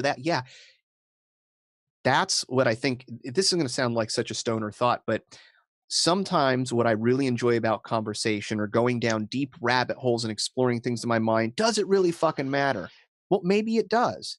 Because how come two scientists discover the same thing across oceans, right? Maybe you having the thought, some amazing idea, is enough to pop it out into the ether for it to manifest somewhere else. And so, like, aside from positivity, I love creative and mindful thinking, just to try to seed this, whatever we're doing. Yeah, absolutely. And I think mindfulness is. Sorry, go ahead, Jerry. What you're describing is like the whole idea behind co-creation. Mm-hmm. Oh, I believe that's really what we do. I do too. Yeah. It's actually what makes me really interested in when Graham Hancock talks about a society of amnesia dealing with an ancient trauma, that maybe we were, if we are a group species, one sort of, multi, not cellular organism. In other words, we are a super organism of human beings. Maybe something really traumatic did happen, did get done, or is vibrating through us in the same type of way, and it's rippling through in these emotions and these waves, and our consciousness is acting as a deadening as it comes through, as we deal with different things to soften it and push it out as less, and that these reverberations, that's the cycle going back and forth, and that we're really maybe honestly as a species responding to an emotional trauma and trying to heal together. It makes sense. Which would actually make a great deal of sense. Sorry, because of my breath. Don't breathe Pepsi, people, if you don't have gills. Or even if you do, I'm pretty sure it just hurts like hell like it did. Don't breathe it. It's bad for you. That's right. Although I once tried sniffing Coke, but the ice cubes got stuck in my nose. Ouch. Use a bigger straw. I don't know. Coke Zero next time. Well, no, because I think it goes back to also see, I don't necessarily believe in evolution, like physical evolution exactly. I guess the same way I've heard it put forth in many different ways. But again, I follow the thinking, the understanding, the belief, and the perception that as above, so below, and everything begins in the spirit. My personal belief is the reason there's no kind of physical missing link, aside from the very real possibility of genetic manipulation, is the fact that I think we evolve beginning on the energetic level. So we evolve in the spirit first, and that becomes manifest through our physical form over time. And I think that's why there isn't really such a missing link, because I think it's entirely possible that is a spontaneous happening. And I agree with Graham Hancock that we are a species with amnesia. I think it is entirely plausible, just even based on epigenetic research, how they've shown that trauma literally travels family lines and affects you genetically. So why would we? It makes complete sense that we could definitely be an entire species that is suffering a spiritual emotional wound and trauma, and that some of the things we experience now culturally are the results of that wounding. So that makes a great deal of sense to me, at least in the way that I perceive and view the world. One thing that, in going back to Paul's statements, that's blown my mind, that and you probably know this, he talks about the idea that mushrooms are creating the environment, that mushrooms are what makes fish and humans in the environment. They are, and in fact, I was reading a research paper saying that they're now thinking that one of the early reasons we had such a drastic increase in oxygen on the planet is directly related to mycelium. And I go down this route of going, well, when I look at missing links and I see we find all these humanoids, we find human footprints going back millions of years and all these different things, I go, well, what if, here's the thing, everything's existed forever. Everything has gone on in an infinite loop. It's a nonstop system, and so is the creation of different hominoid creatures. For whatever reason, the conditions are created, the evolution is created right, the environment is right for this type of body. And what we're seeing it's not that there was the Eden here where man started, the Eden here. No, it's always starting somewhere else. Sometimes it's a monkey, sometimes it's orangutan. And then within that, there's natural progression through environments and intermating, but essentially it's all. And then, I get to this idea, well, this is crazy because now you have something in the soil, something that's growing that maybe has a direct connection to whatever is going on in this universe, maybe is functioning on a different level. And I even go crazier.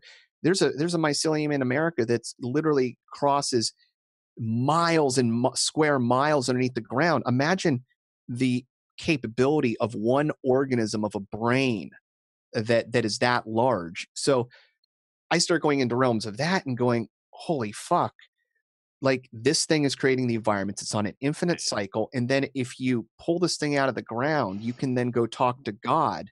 Like maybe go on.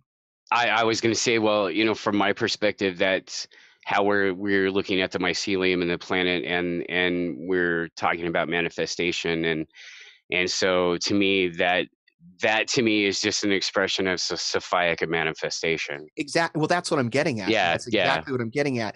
And it's at these ways that if we want to really know the truth, how crazy is it that there's something that makes up 30% of our soil that creates all the, if we just look at plants don't exist without mycelium. Mycelium transport nutrients and choose where it goes and act as a communicator and do all these crazy things. If they also created the environment and chose this system and were complicated enough to create something so that it manifests and started us, I mean, I don't know. It's crazy. Maybe the answers to understanding the system we exist in are really going, well, let's go talk to that plant. And I even go the crazier route that I say, like, what's even more interesting in the as above, so below, the macro and the micro, you can do one of the most destructive things human beings has ever done, which is drop an atomic bomb. And even in the sight of an atomic bomb, you get this mushroom cloud that's like, hey, motherfucker, stop doing that. Go eat that, and then we'll talk. Yeah. Or it's just consciousness. It's the ether. Yeah, the ether's probably going to be an ultimate key to the equation. Spiritual connective tissue. And the stuff that manifests everything else. Ether is the physical representation of that organ that they just found. Yeah, really. Yeah. That would actually make some sense too. Yeah. Well, no, but seriously, when I look at all science and everything, I do correlations like that. And why isn't that a perfect correlation? You have a complete system that's within our body that we thought that we understood completely. And all of a sudden, boom, within there's a system that is integral to our understanding of everything else, integral to function. We didn't even know it was fucking there. It was right there doing its job. Mm-hmm. We've been cutting through it, looking at it, poking at it for, eons. Right. So why not the world around you just has that key, that perception, that ability? And, there is one thing about Einstein that I loved in his talks or anything he said. And it was essentially that when the real answer to the universe is discovered, it's going to be something so simple that anybody could understand it. And I think it's going to be something that's that simple. It'll probably take our minds evolving to a point where it's just a simple concept that you understand. Maybe what we contrive as love or something, but more on a specific. I don't think it's anything that we ever thought of. It's going to be something really crazy. I don't know.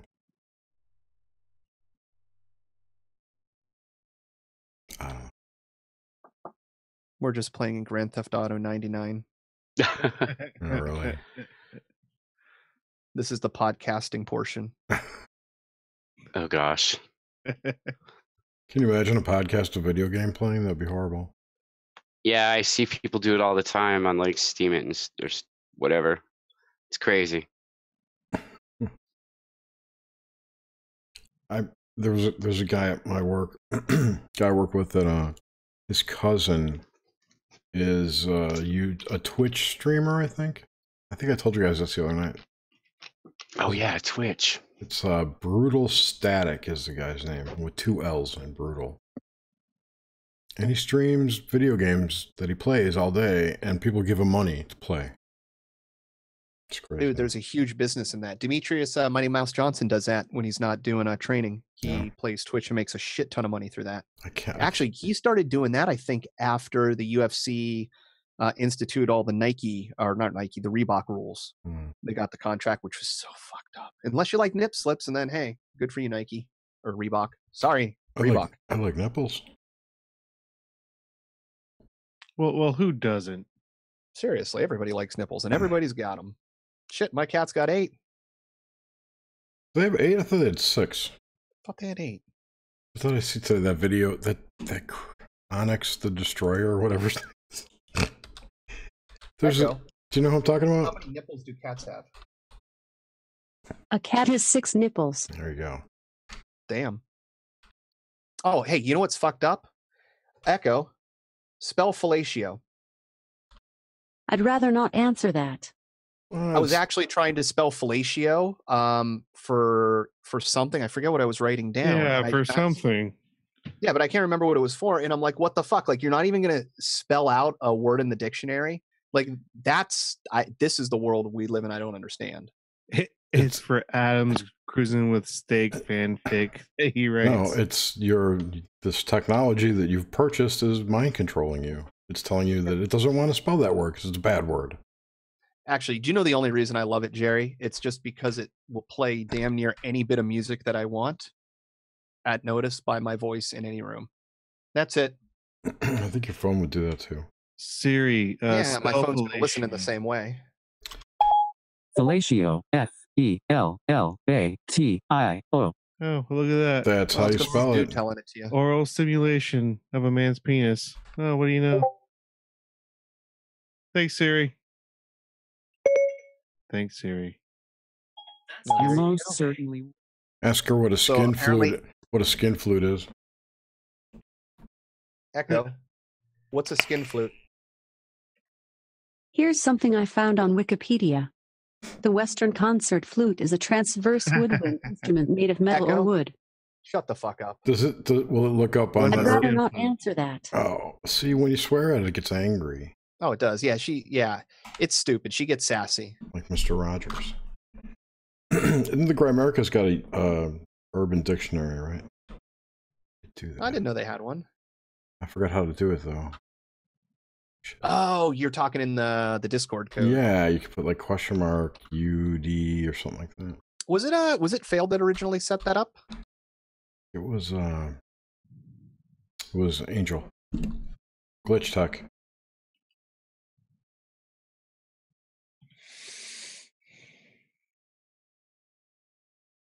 All right. Guys, I think I'm about to call it a night. Yeah. Well, it is almost 4 a.m. on my end too, my friend. Me too. Yeah, I need definitely. Rocky Road and a bed. I'm gonna go look for Ravioli and a nap. Cha-cha-cha. Well, I spent all day in bed, so I'm probably going to ask your things to laugh. Echo, laugh.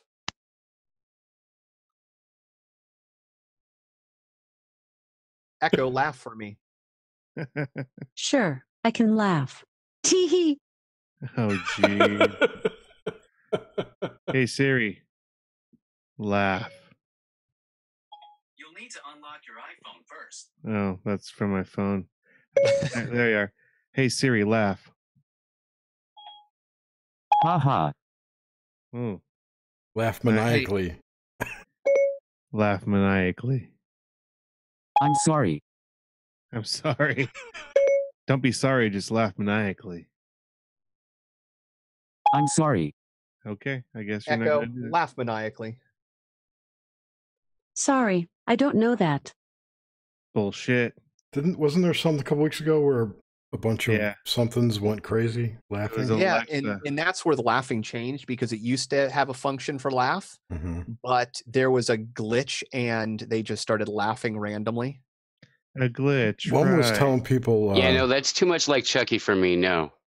One was telling people, like, giving them airplane schedules and hospital hours, things like that. It was spitting out weird things together. Is that like getting the CIA cafeteria menu on your dental filling? It's exactly like that. Well, I'll tell you the one thing I do like about being directly plugged in is, like, I read CNN every day, and I'll let you guys go soon. I do want to say this about the Echo, because I love it for this. I have all my friends' areas, so maybe I need to put Atlanta in there too, news, because I don't have that. But all news from like people that I'm around, so I get an idea of what they're being influenced by, their news, plus local news in areas, and I hear the local news and how they describe. So like James Cruz up in Ohio, I pull a station from up there. In their local news uses some of the same audio and they use the same news clips in the same order with the exact same verbiage. So I've got a couple of nice clips of like his Ohio station and mine reporting on the same news story as a local story, but it's a national story. And I also subscribe to Biden's daily briefings, which Joe Biden, and I fucking hate the guy. Creepy Joe. Has creepy Uncle Joe.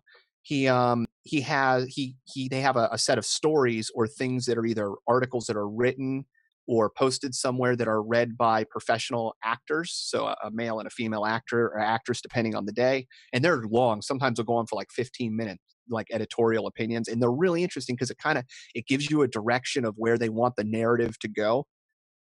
So, and because I also subscribe to a lot of the smaller papers, they sometimes, like the one in Asheville, I think it is, that I have. It's a small paper and it'll read out opinion pieces, and so it's just crazy shit that locals say. So I have like these little audio clips of Amazon speaking shit. Anyways, it's a good way to watch the CIA. You know, figure out what they want you to know. I dropped a link into the notes and into the chat that it's a clip of local news all repeating the same story, like what you were saying. But this person has put it all together in a video.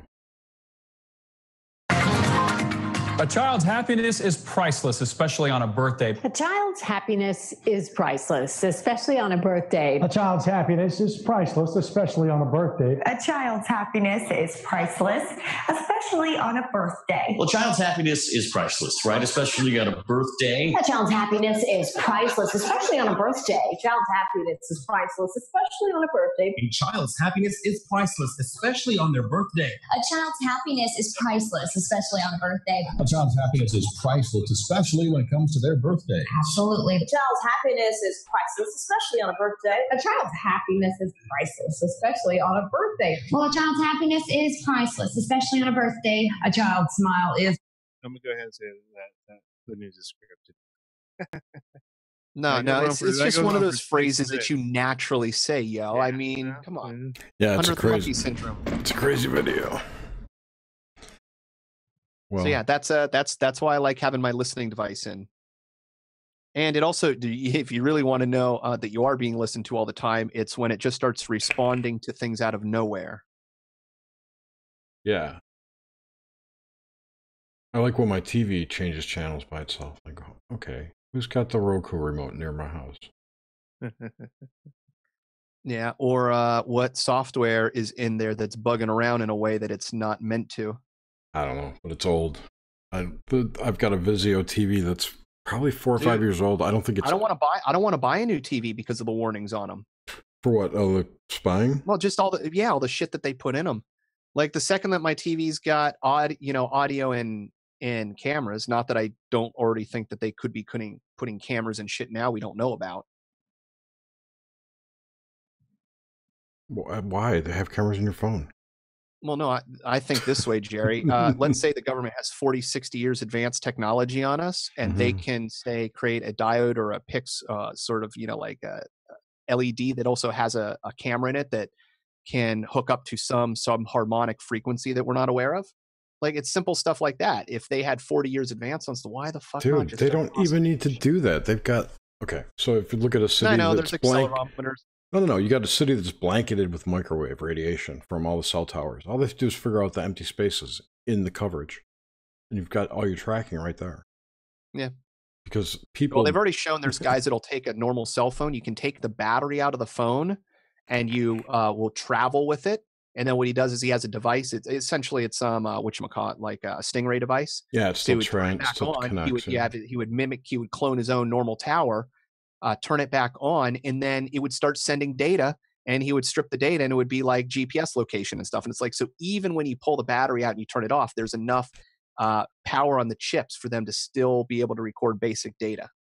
Right. So no matter what you do with your fucking phone, they're tracking it. I mean, there's no other reason to build in that feature onto the chip and to supply power. Unless the GPS coordinates are part of the data packets that go across the wire. Well, this is when you even turn it off and turn it on. That's what I'm saying. So why would it be recording your location? Because why would you even build in that functionality without a battery? I don't know. Okay. But I'm just saying, if it was, I don't know if it's recording it, but in order to connect back to the tower, it needs to know where it is, or tells the tower where it is, so it can point the beam that way. Maybe, I don't know. That would make sense. I know that the location data is an integral part of the. You know what I would say, Jerry? If I was going to put in a system surveillance like they have, you always give a good reason for it. Mm-hmm. Yeah, that's a very good reason. It's the same thing. A camera on the front and the back of your phone, great. So when I'm walking around, you can also watch and map everything I'm doing.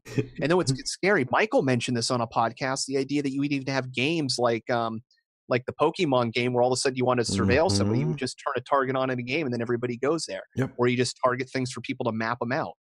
Yep. I mean, or Jesus distract. Christ, that means, hey, dude, if the FBI is going to come and raid your fucking house, they have it mapped. They don't even need to go and do outside radar signals. They don't need to connect to your Wi-Fi and do a signaling like that. They just have to look at all your fucking NSA data. Yeah.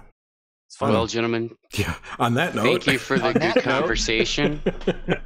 I had a good time. Thank you for having me on, and take care of yourselves. Yeah. Hey, I will see you Monday night. Bye, everybody. Absolutely. Dice rolling night, man. Monday. We're going to do Call of Cthulhu roll-ups tomorrow, I think. Yes. Nice. Tomorrow. Are we doing them tomorrow? Monday. Or Monday. We could do them tomorrow, too. Tomorrow would be cool. would be Monday. Good. No, it wouldn't be. Tomorrow will be No, it wouldn't be. Saturday. Or Saturday, man. Don't jump Yeah. ahead. Don't fuck. Today- No, I'm today- thinking like yeah. that. Today is Saturday, really. Stop So playing with time space. Whatever. About 9 o'clock, I'll be in my Zoom. what basic stuff do we need to have decided before you do it? Just Okay. basically the type of character, name, and weapons? Yeah, and the types of characters I went over with Justin earlier. They're like, think 1920s professions. Well, I already picked. I plan on being a soldier named Ben Smith who carries a 12-gauge shotgun. I don't remember seeing And a pick. soldier on that. Because, by the Soldier's way, on a there. pick is a weapon. So, Soldiers on there. No, I was thinking about being an archaeologist. I haven't decided yet, though. You could be a parapsychologist. Maybe. You'd be a nurse. Yeah, that sounds good. you'd be a hot Psychologist nurse. is on there, though, not parapsychologist. No, parapsychologist is on there too. Parapsychologist is on there. Holy shit. Yeah. Yep. Yep. I think since that's what I want to do in real life. Well, that and my idea at least was transitioning so that like this character kind of had a connection anyways, that there's a flavor, like a reason for the universes to cross over, the blending it would be. Yeah, which I will tie in that more with the game, with the plot rather. Yeah. The scenarios more Unless than you care that I do that, I don't mind doing it. No. I like doing it. I would have, in order to keep in the spirit of the campaign, I don't want to keep Adamant One. I wanted it to be the characters move like 1-to-1. Like Bismuth will be whatever class you are, the similar one. But we're not doing that, so don't worry about it. But if you want to introduce elements of your D&D character into this aspect, that's absolutely welcome. Cool. All right, guys. Monday night gonna be fun, if not before. Yeah. If we could we could roll up test characters tomorrow. Yeah, we could do that too, or even roll up characters and use them for some other purpose. Yeah, just to drop in. We could play. Kill some that's true. gaunts We'll or do something tomorrow. I'll try to be around. All right. Same here. All right, Dave. Right on. Take care. Take care, guys. All right, guys. Thanks. Good night. Thank you so much. Bye. Thank you. Happy 100th. Bye. Bye. Night, everybody. All right.